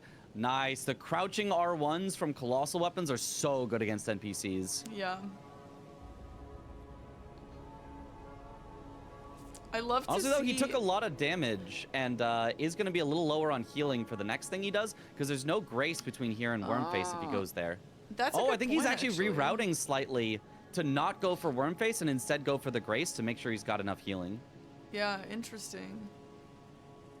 Something I was going to say with NPCs, not like it's really relevant in this specific situation, but if you don't know, chat, sometimes you have a weapon or something that you have kind of an input and then the attack happens after, but the NPC will roll the original input and then the attack will attack them after because they have already finished rolling your original input. And I think that is so fun to watch. You know, like for example, the Smith script shield, I believe, is the one where you throw it and it kind of hovers in the air for a second, and then the NPC rolls that, but then it hits them after. I love that. I think that is so entertaining to watch. Yeah, you see it also a lot with spell casting. Something like Rock Sling is a notorious one where you can use against, like, Milennia will do the same thing. You'll cast Rock Sling at Milennia, she'll like dodge to the side and then just stand there as the 3 rocks just slam her in the face. Yeah. It's very funny. It looks like Helios did hit a Grace, but didn't sit at it to heal or anything. Just kind of caught it and kept going. Yeah. Yeah, so this, I guess, just is his routing. So he doesn't go for Wormface right away. I guess that's probably because he's going to do Wormface down to the tunnel later. So that is also a good way to do the routing. I've seen other players like Aggie instead do the skip down to get to that tunnel instead of going by Wormface. So it's just a little bit of a difference in routing here, I think. Nice solitary jail knight fight there. Yeah. Yeah, and they are on the same seed. This is perfectly, you know, symmetrical, so it's just about who can play it better. You can almost also see that with, like, they're wearing kind of the same armor. They've got the same weapons out. Like, yeah, they just both fought the solitary jail knight. So it is really cool how it is just who can do this better. So it is randomized, but it's not, you know, it's not as though the outcome is just purely random. It's who does better on this. Yeah, this would be totally different if they had different seeds. Then it would just be all down to who's luckier. yeah. I mean, it can still come down to a bit of luck, you know, because you can make some decisions and they work out for one person, they don't work out for another. But, you know, that's the nature of video games as well. Like, there's no way to eliminate it, because even just like, oh, for one player, the boss decided to do their move that stalls and you have to run away, and then the other player, they did the move where they just, like, you know, wind up for their attack and they let you hit them 3 times. Right. So it's always going to come down to some amount of luck, but for the most part, the more skilled players have a very big advantage in a format like this. Ooh, hi Radon. Base game Radon. Ooh, yep, Star Scourge. The iron balls do a ton of damage to him, but honestly, he's slightly awkward to hit. His knees are like a little raised up, so sometimes you miss them like under his knees. Or like that, where you just kind of slide past him. Yeah, this is the thing with the range a little bit, too. I love a fist weapon, but man, sometimes it's irritating with the whiffs. Yep. Nice job keeping him in these phase transitioning moves. Gets the stagger, should be able to kill him here. Doesn't even need the riposte, I don't think, but takes it for good measure. Now actually maybe isn't gonna get the kill. No, no, very close. So close, so close. Oh, and Lamenter on the other side. Lamenter's a scary one. Should be totally fine with this amount of damage, but Lamenter does have an instant death effect if you kill none of his little clones. If they just start like comboing you and you don't get a chance to kill any of the clones, then it would be an instant death. I expect we're gonna see that Helios is gonna at least just hit one of the clones to make sure it dies. Oh, he's looking for the main one, wants to do it speedily. That's not the main one, but okay, at least a clone is down, so we will not die instantly. Trying to find the real one, still looking around. Oh, bit rate. Yeah. Especially Lamenter is not good for bitrate. Nice. Gets Lamenter down though, takes no stacks of the instant death buildup. And so should have Lamenter before the next phase. So a nice 2-phase Lamenter, not bad at all.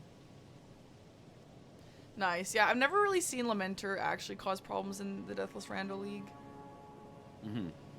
God, I don't think I have either, just because the places they go, it wouldn't cause a problem. I could see a problem with a Dragon Barrow Lamenter is where I could maybe see it, but I'm not sure I've seen Lamenter be in Dragon Barrow just yet. And if it was, I think players would just leave. I think they would just be like, nope, never mind. Maybe. Just kidding.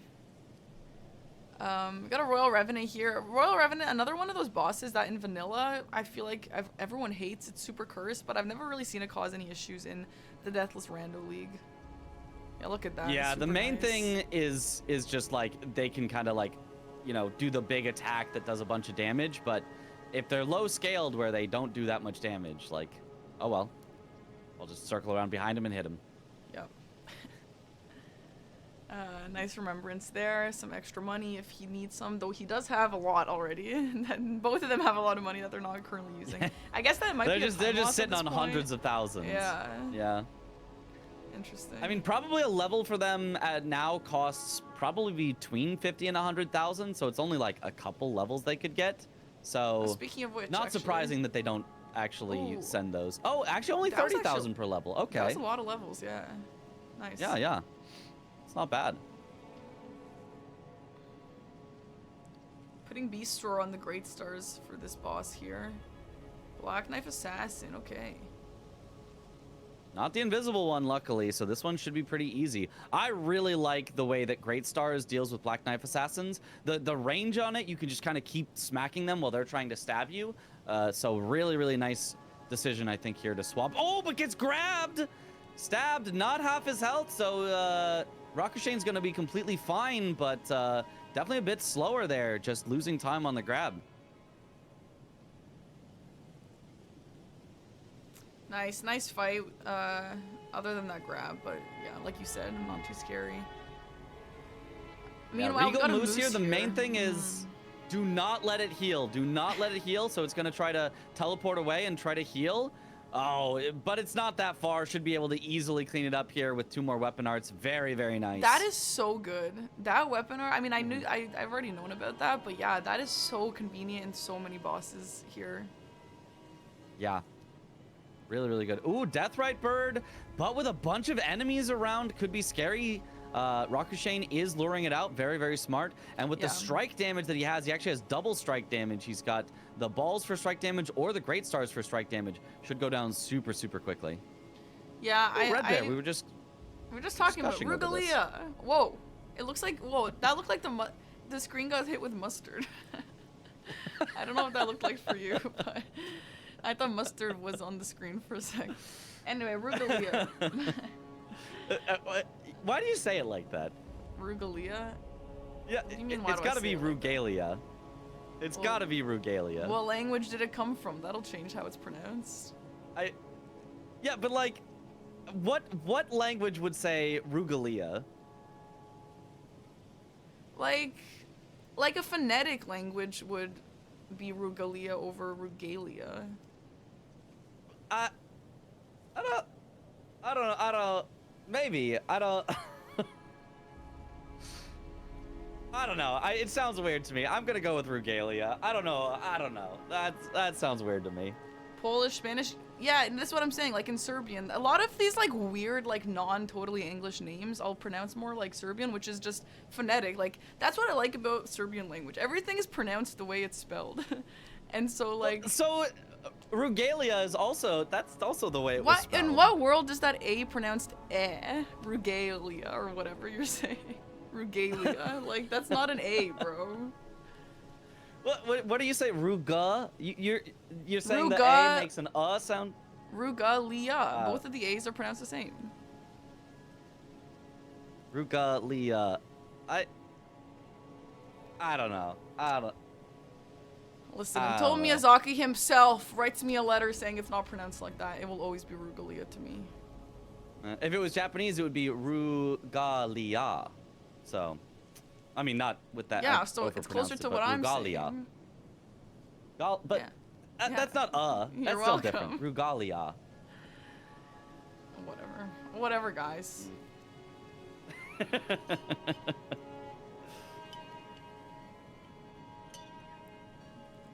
How do I pronounce Slave Knight Gale? Is this a bit? How many ways is there to pronounce Slave Knight Gale? I just want to know. Instead of Gael. Gale. Whatever. Slave Knight Gael.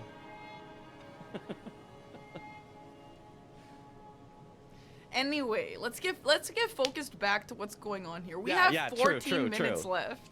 We have 14 minutes left. One of our gamers has died, and the other one has not died. Yeah, the death happened on Milennia at a score of 23, where just got hit by too many hits of the waterfowl dance that caused some rot buildup immediately into the illusions, where got caught under them, fully procced the rot, got stabbed by the final hit of the illusions, brought too low, and then Rakushain was not able to heal before the rot ticked down and killed him.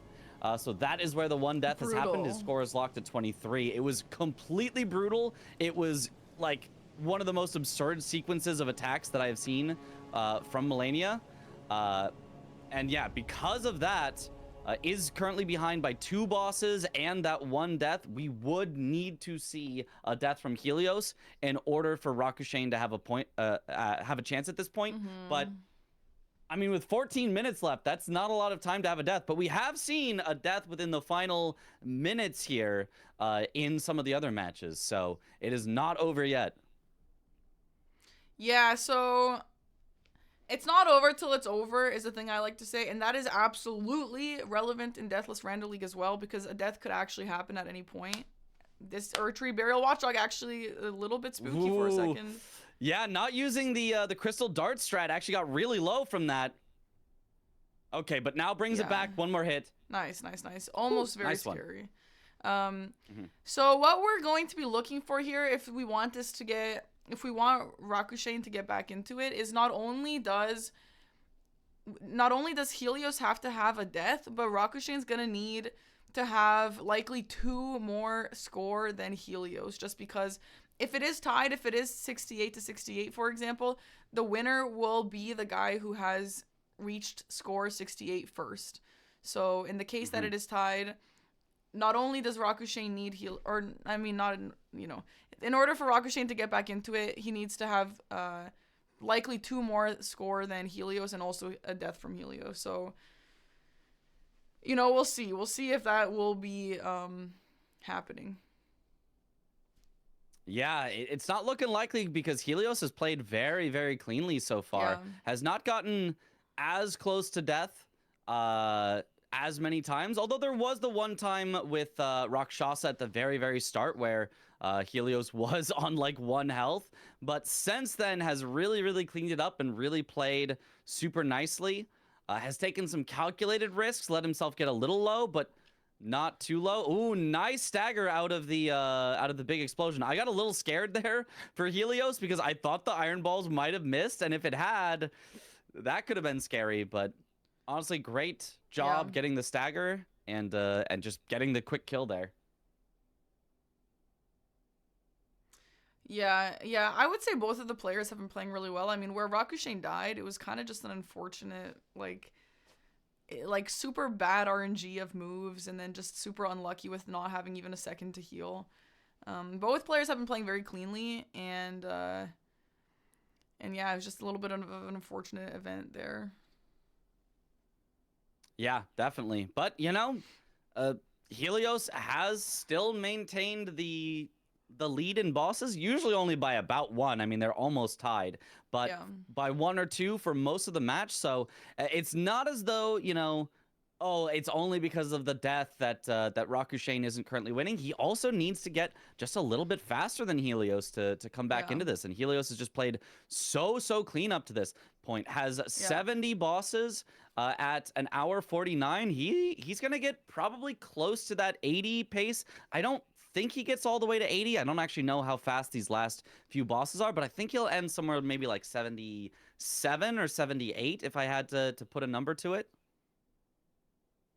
78 in 10 more minutes, you think so?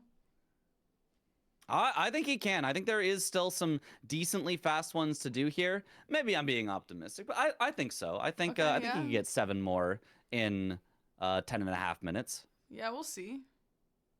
We got a Rugalia here on the on Rakushain's screen.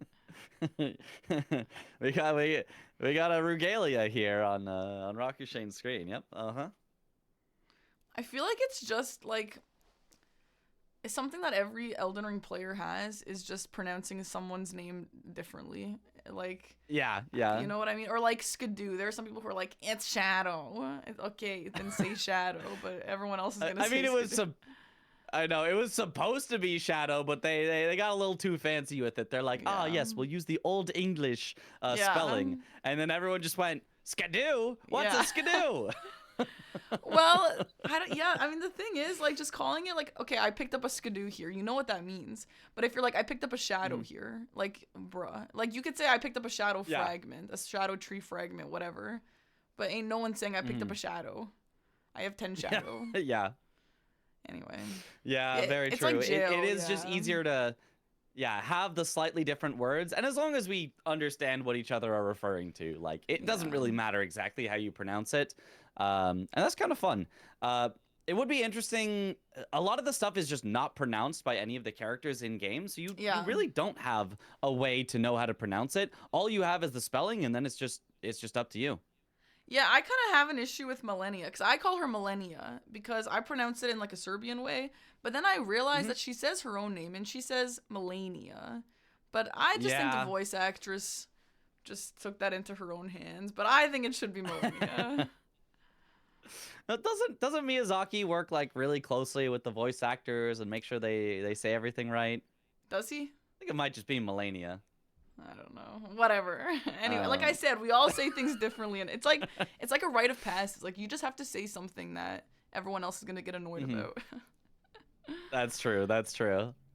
I say Castus, which is, like, completely wrong when it's supposed to be Cestus. Oh my god, I've never said that out loud. There are so many things. It's like when you read a lot and you just pronounce, like, every word wrong because you only ever read it, you know? Yep. But ethereal is a weird one. When I learned how to pronounce ethereal, it was like, huh? Like, I definitely thought it was ethereal. No, ethereal. I thought it was ethereal for a while. Ethereal. Yeah. Yeah, you like to, I think, enunciate the later parts of the word more, whereas I think a lot of words are enunciated a little bit earlier in the word. Oh, corporeal. Yeah, that's also a weird one. Yeah, that is a weird one.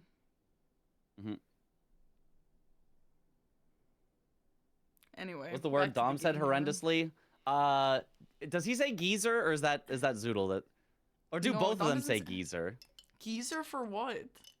For geyser. Oh, for geyser? He's like the baboosh from the geezer. Dom says almost everything wrong just to piss people off. Yeah, he's a good rage baiter. Sanjuine, round hole table.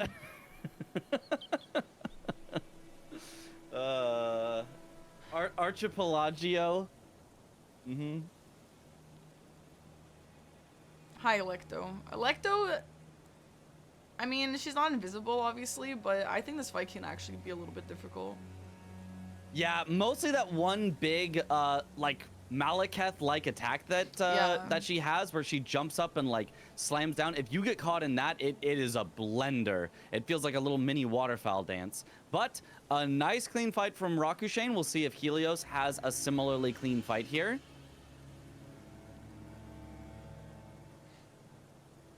And this will get Helios to 75. I think Helios can definitely get to 78 by the end of this. I might have underestimated Helios. He has been zooming while we've been talking about pronunciation. Yeah, he has been, yeah. He really cleaned up some of those bosses. Ooh, getting kind of low, though. Okay. Okay, no, nice dodge. That was scary for just a moment there.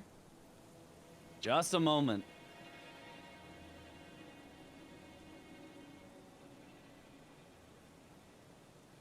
Yeah, There's lots of health also right. compared to other ones, yeah. 3 more bosses in 6 minutes. I mean, seems doable. That seems very, very doable. He might even get to 79. 80 feels far, but I think 78 or 79 very possible for Helios. And Rakushain on pace for maybe more like a 76 to maybe 77. Yeah, sounds about right. Yeah, so Rakushain's still preying on a death from Helios, and a death from Helios would lose him a boss or two. So it's still possible, but it's all in Helios's court. If he just stays consistent, it's a win. And if he dies, could swing the other way. Man, imagine if furnace golems had, like, there was one boss furnace golem. We'd all be screwed in these randomizers. Yeah, yeah. A tiny cave with a furnace golem would be awful. I mean, especially you use torrent to like iframe some of its attacks, and if you could not do that in a cave, it would be so bad. Damn. All right, nice kill from Maybe Helios. Miyazaki thought about that. Yeah, super clean. He's actually just zooming at this point. Yeah, I'm kind of surprised he mogged out here. Oh, I guess it's because he didn't grab any graces along the way, so he doesn't have to take the teleporter at the end. Yeah, he's been mogging a lot actually. I've been noticing that as his as a little strat, I guess. Yeah, yeah, it's efficient. Okay, heading for the Dragonkin Soldier. It is Dragon Barrow scaling, so this is a place where you could potentially die. His damage is still incredible, and gets a stagger right away. I don't think he'll have any problem. Yeah, never mind. Yeah. So nice. No chance of death if you just stagger it like that. Yeah. And with a score of 77, what? Maybe he does get to 80. Look at how fast he's going. 4 minutes left. I just don't think the bosses are quick enough to reach. He does, yeah. I think he did kind of scoop up all the fast ones he had. I think he had a pocket of extreme efficiency of like all the really close bosses. I think he is running low now, and it's kind of into a bit of the reserves, a bit of the, okay, now I've got to travel a bit further, so. Yeah. But at this point, it would be possible for Rakushain to still get to 77. Rakushain would have to get to 78 to possibly win, and he would need Helios to die right now. But with a demi-human queen, I don't see that happening. One more kill for Helios, and it's probably over, but that's a ton of damage to take at one time. Okay, does get the stagger. This is not going to fully kill Maggie. Not even get her to half quite. He's just got to lock in, stay careful here. Damage, though. What was that? Like, she hit him for half a health bar. That's kind of scary. Yeah, yeah, she does hit very, very hard. So it could be scary. But no, okay, he plays it safe. He backs out from her attacks. Yeah. Okay, he'll be fine here. Yeah, there it is. There it is. Nice. With 78, I think that seals it. I don't think Rakushain, even with no more deaths, I don't think can get to 79. He could get to 78, but if you tie, it would go to the person who got to 78 first, which would be Helios. So I think this match might just be officially concluded at this point. Unless Helios... I mean, wait, even if Helios dies twice, though, his score would be locked at 78. Yeah, his score would just be locked at 78. Yeah. Yeah, so I think it's over. I think it's over. Unless Rakushain pulls out a magical 79 here and Helios dies, that's just going to be it. That's going to be GG. Excellently played match by both of them. But unfortunately, that one death really costing Rakushain, and Helios just playing consistently and quickly. Yeah.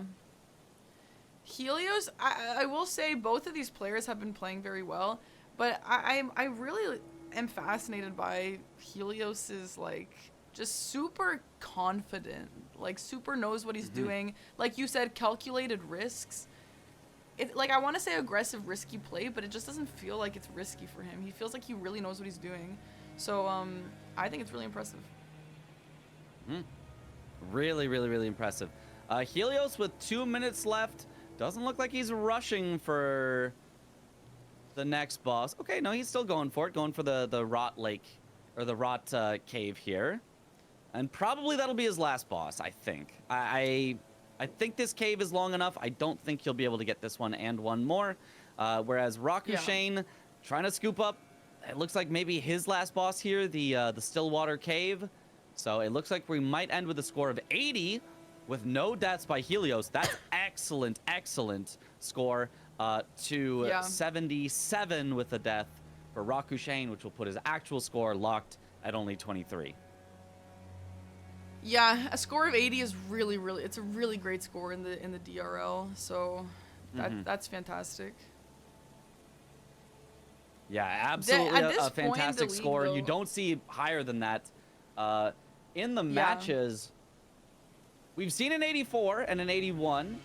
Rakushain actually got an 81 in a previous match in his previous match to get here, and actually so did Helios. They actually both got 81 in their previous match that they won to get here, but above 80 is very rare, so they have almost maxed out on the potential for this seed. Yeah, and with 7 seconds left, and Rakushain gets his final boss with a count of 77. Unfortunately, locked at 23 due to his death. With 20 seconds left, I think Helios is probably done here at 80 bosses, He's which is done, a really, really high number for this. So yeah, the game does go to Lazy Helios. Super well played, definitely deserved. Unfortunately for Rakushain, I mean, that Milennia kill was just really unlucky. That was really unfortunate. I mean, the death. Yeah.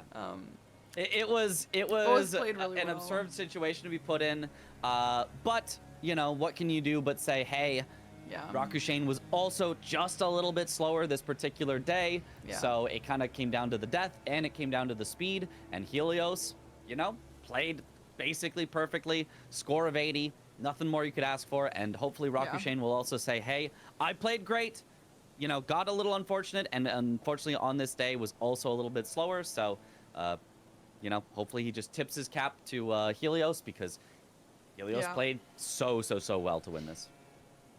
Yeah, I mean, like I said, at this point in the league, the players are just so good. They're so strong. Everyone is going to be good. Everyone is going to be hard to beat. So, yeah, I mean, super great game. This will be Rakushain's final game in the Deathless Randomizer League. We are in the losers bracket here. And Lazy Helios will be going on. Yeah, he'll be facing up against Keijiro next in the losers quarterfinals.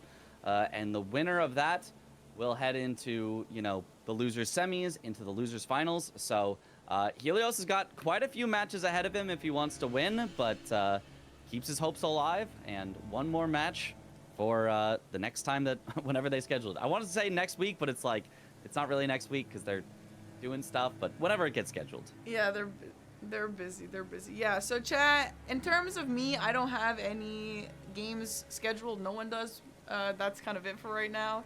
They got some stuff going on in France, speedrun right now, so they're taking a short kind of break from DRL. But I assume that they'll be back probably mid to late next week. And we will see you guys then. Hopefully I get to commentate some of those matches. And Mitch, if he's not being stolen by Dom, he'll be maybe commentating with me if he wants. No pressure. Hopefully. I do Mitch. love to do it. I love to do it all the time. Please, please invite me back. Yeah, Dom keeps stealing me away for bingo stuff, but, you know, I love to do it both. It's always so much fun. Well, Mitch, do you have any final words about this match, or anything? I mean, just a final GGs to both players. You know, well played, hard fought, and that's about it. And thank you for having me on commentary. And you know, good luck to both the players in their future endeavors. And good luck, Parky, on the bingo that you're now a part of, as well as all future commentary that you'll do for the DRL as well.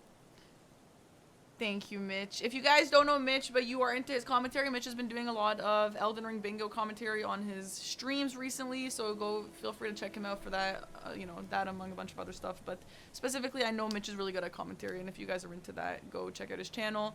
And we'll definitely be seeing you back, Mitch. So I guess that'll conclude this for today. Chat, I'm going to keep stream on. Today is going to be the first day of my Elden Ring bingo practice arc.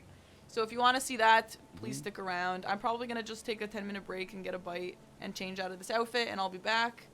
But I'll give you guys some Elden Ring music or something while you wait. But yeah, Mitch, thank you so much for hanging out, and we'll see you next time. Yep, thanks for having me. Bye-bye, everyone. Bye, chat. Bye, chat. Bye, Mitch.